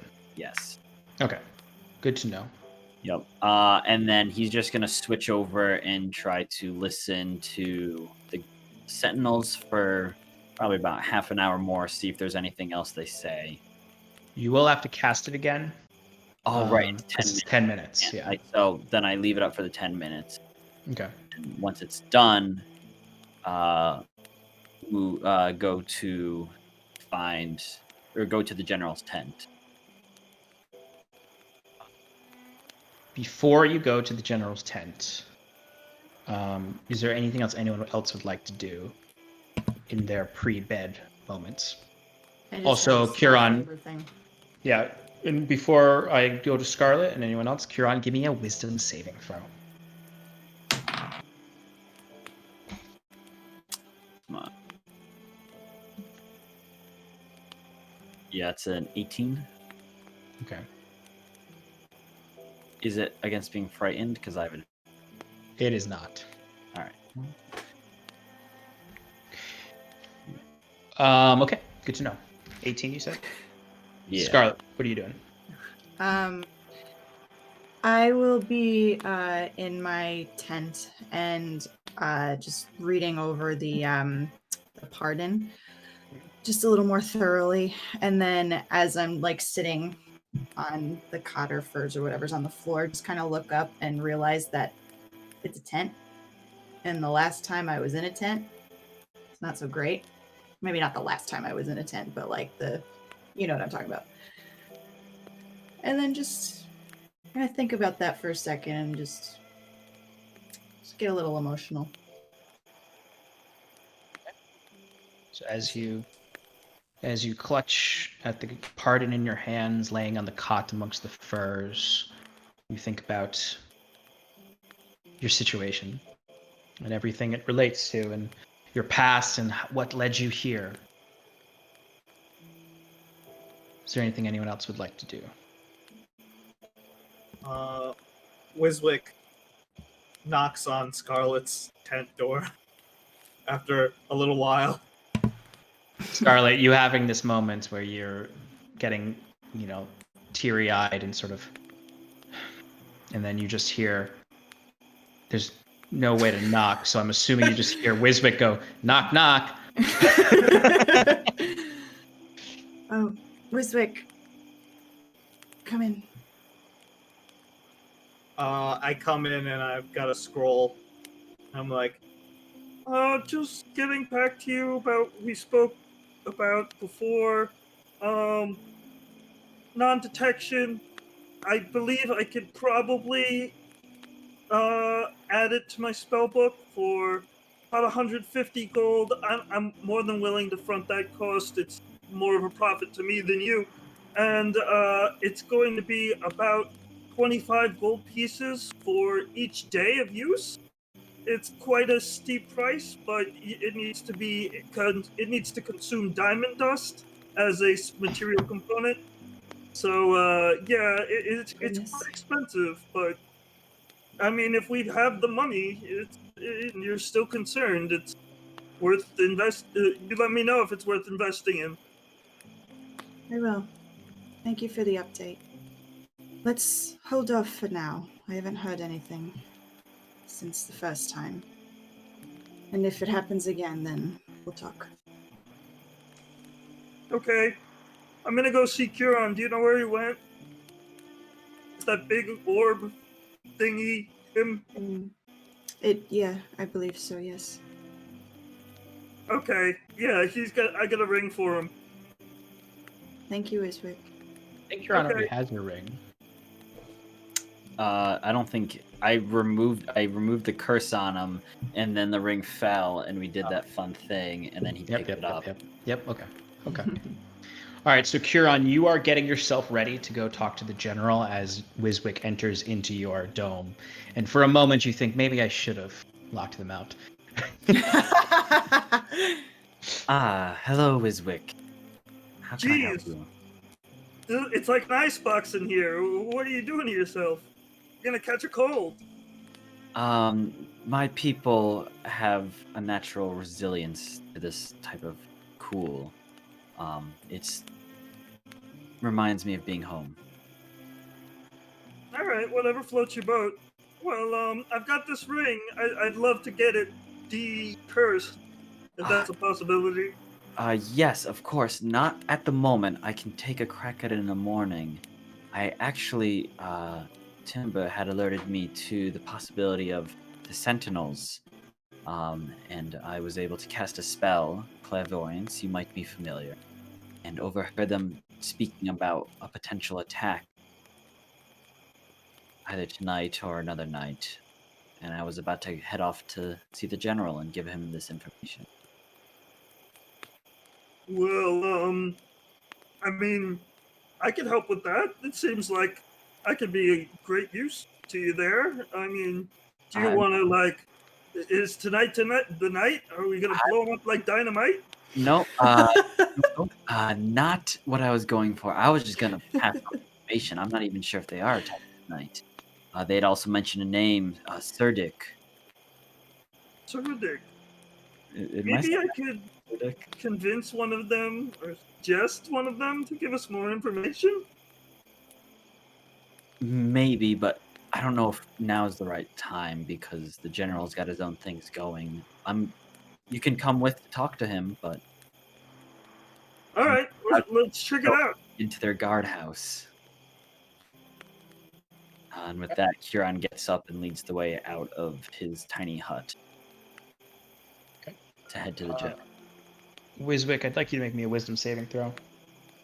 Cool. Is it a magical effect? Yes. Great. I have advantage then. I got an 18 plus 3. 21. Okay, so you're both leaving the hut, right? Yes. Okay. So as you step out of the hut, Curon, first of all, the hut disappears. Once you leave it, it disappears. So as that's collapsing behind you, Wiswick, you feel this twang of magic in you that you shake off. As you're like, it's jarring, and Huron, you stop for a moment as you feel the air warm around you as the dome fades. As you see in front of you, and it seems almost like the air around you has stood still for a moment, as Wiswick is sort of like patting himself down after he successfully warded off a paralysis spell and blindness spell. As you see this green light crackling, as then you see this spectral form of an Elysian elf appears in front of you. They're hooded. You can see a pallid skin beneath with these the hood hanging over. A cloak that you recognize as a seer's cloak. In this pale green light similar to the spectral font in Queen Ayla's court. As you see this member of the Cloister of Seers appear before you. And all he says is, "Are you Huron, who called for the Queen of the Undying Courts?" It is I. Sia. And that's where I am Wiswick.